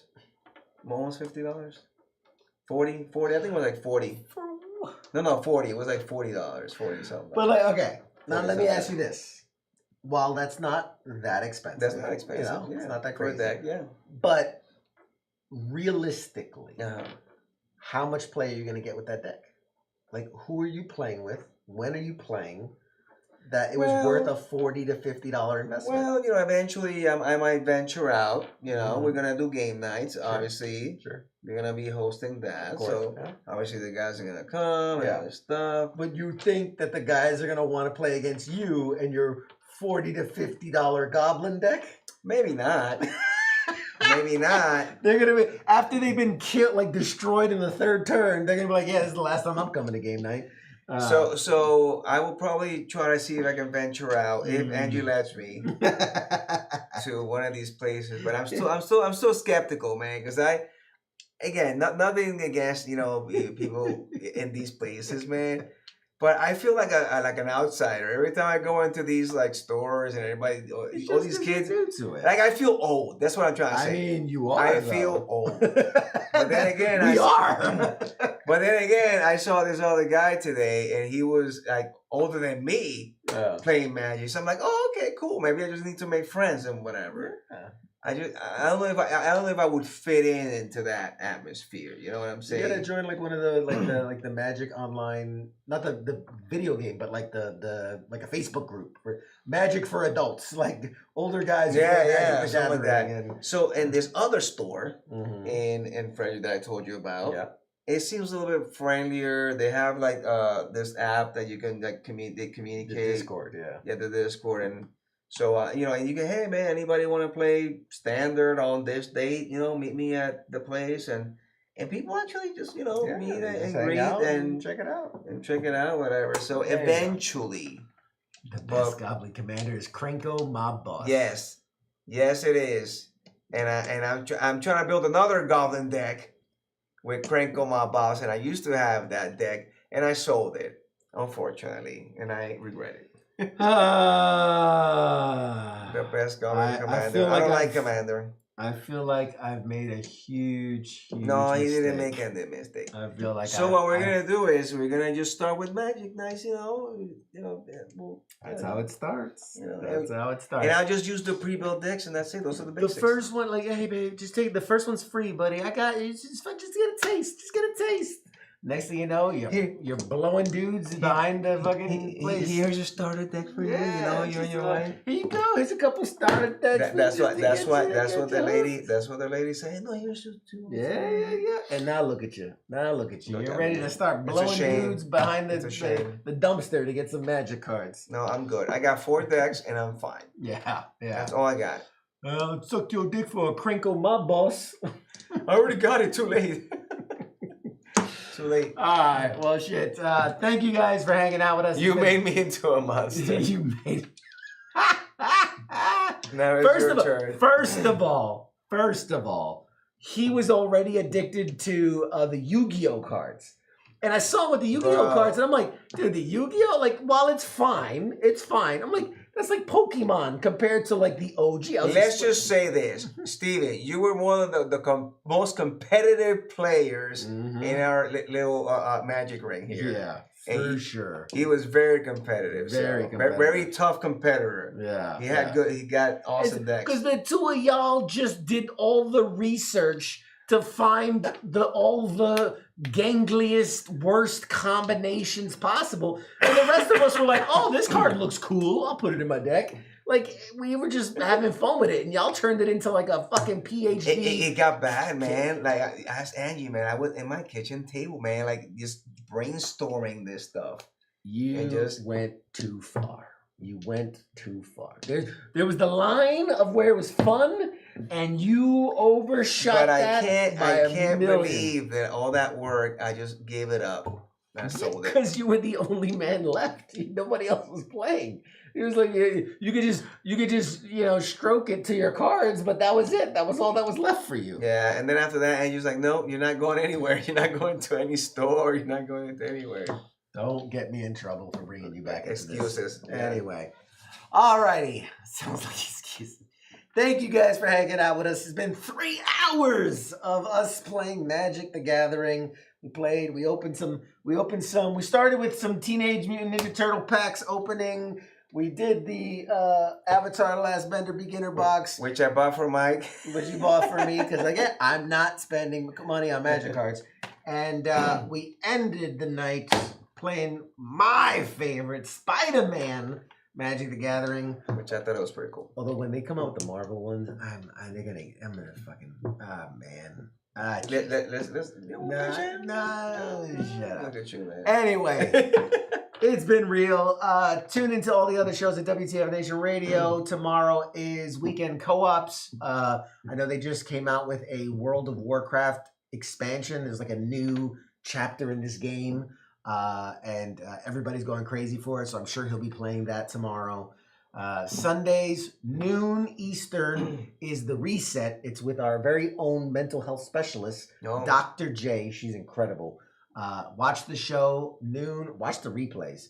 Talks about mental health and strength and resilience and things like that. It's incredible. It's really good. Sundays, noon Eastern, or catch the replay on YouTube or whatever. But we call it the reset because it's kind of like a great way to reset your mind for the week. You know what I mean? It's Sunday, it's noon. Let's reset our minds and go into the week even stronger. And then all the usual shows, Mondays, Monday Edition, and King and Me. Tuesdays, Pop Culture Warrior. Wednesdays is Sports Bar. Sometimes the Smoke Pit, but it's on a break. And Thursdays, Sergeant's Time. And every other Friday night, right here with me and the gang. I want to thank my special guest for tonight, the chef himself, Jose, which for the first time out, you didn't bring food. I'm so proud of you. I'm so proud of you. I didn't have time. I'm so proud of you. No, I feel bad. First time in years, you didn't bring food. After our time together, I didn't feed you. How dare you? You fed me with friendship. But thank you to Wizards of the Coast who sent us all these amazing Magic the cards, Gathering cards. And 2 weeks from now, we'll be back. We'll probably play... we haven't done like a deep strategy game in a while. I think maybe we'll do something like that. I don't know, either cooperative or competitive. I'm not sure, but we'll figure it out. We'll figure out what we're gonna play, and then we'll get into it. Or maybe we keep it light and fun. I don't know. Yeah, I don't know. We'll figure it out. We'll figure it out when we figure it out. Yeah. But thank you guys for tuning in. Thanks for watching. We Outie 5000. We'll see you next time. Bye.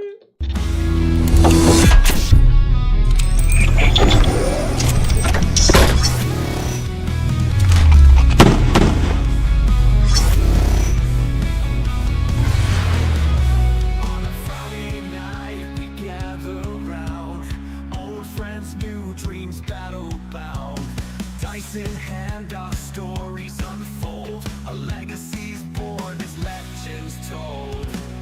Through the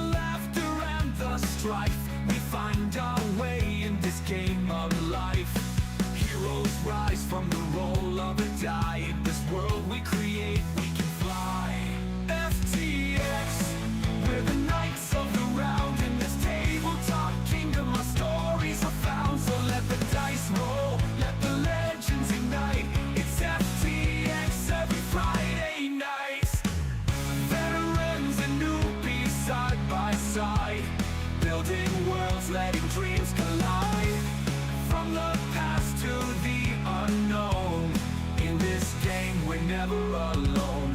Conquer dragons, defeat all strife, and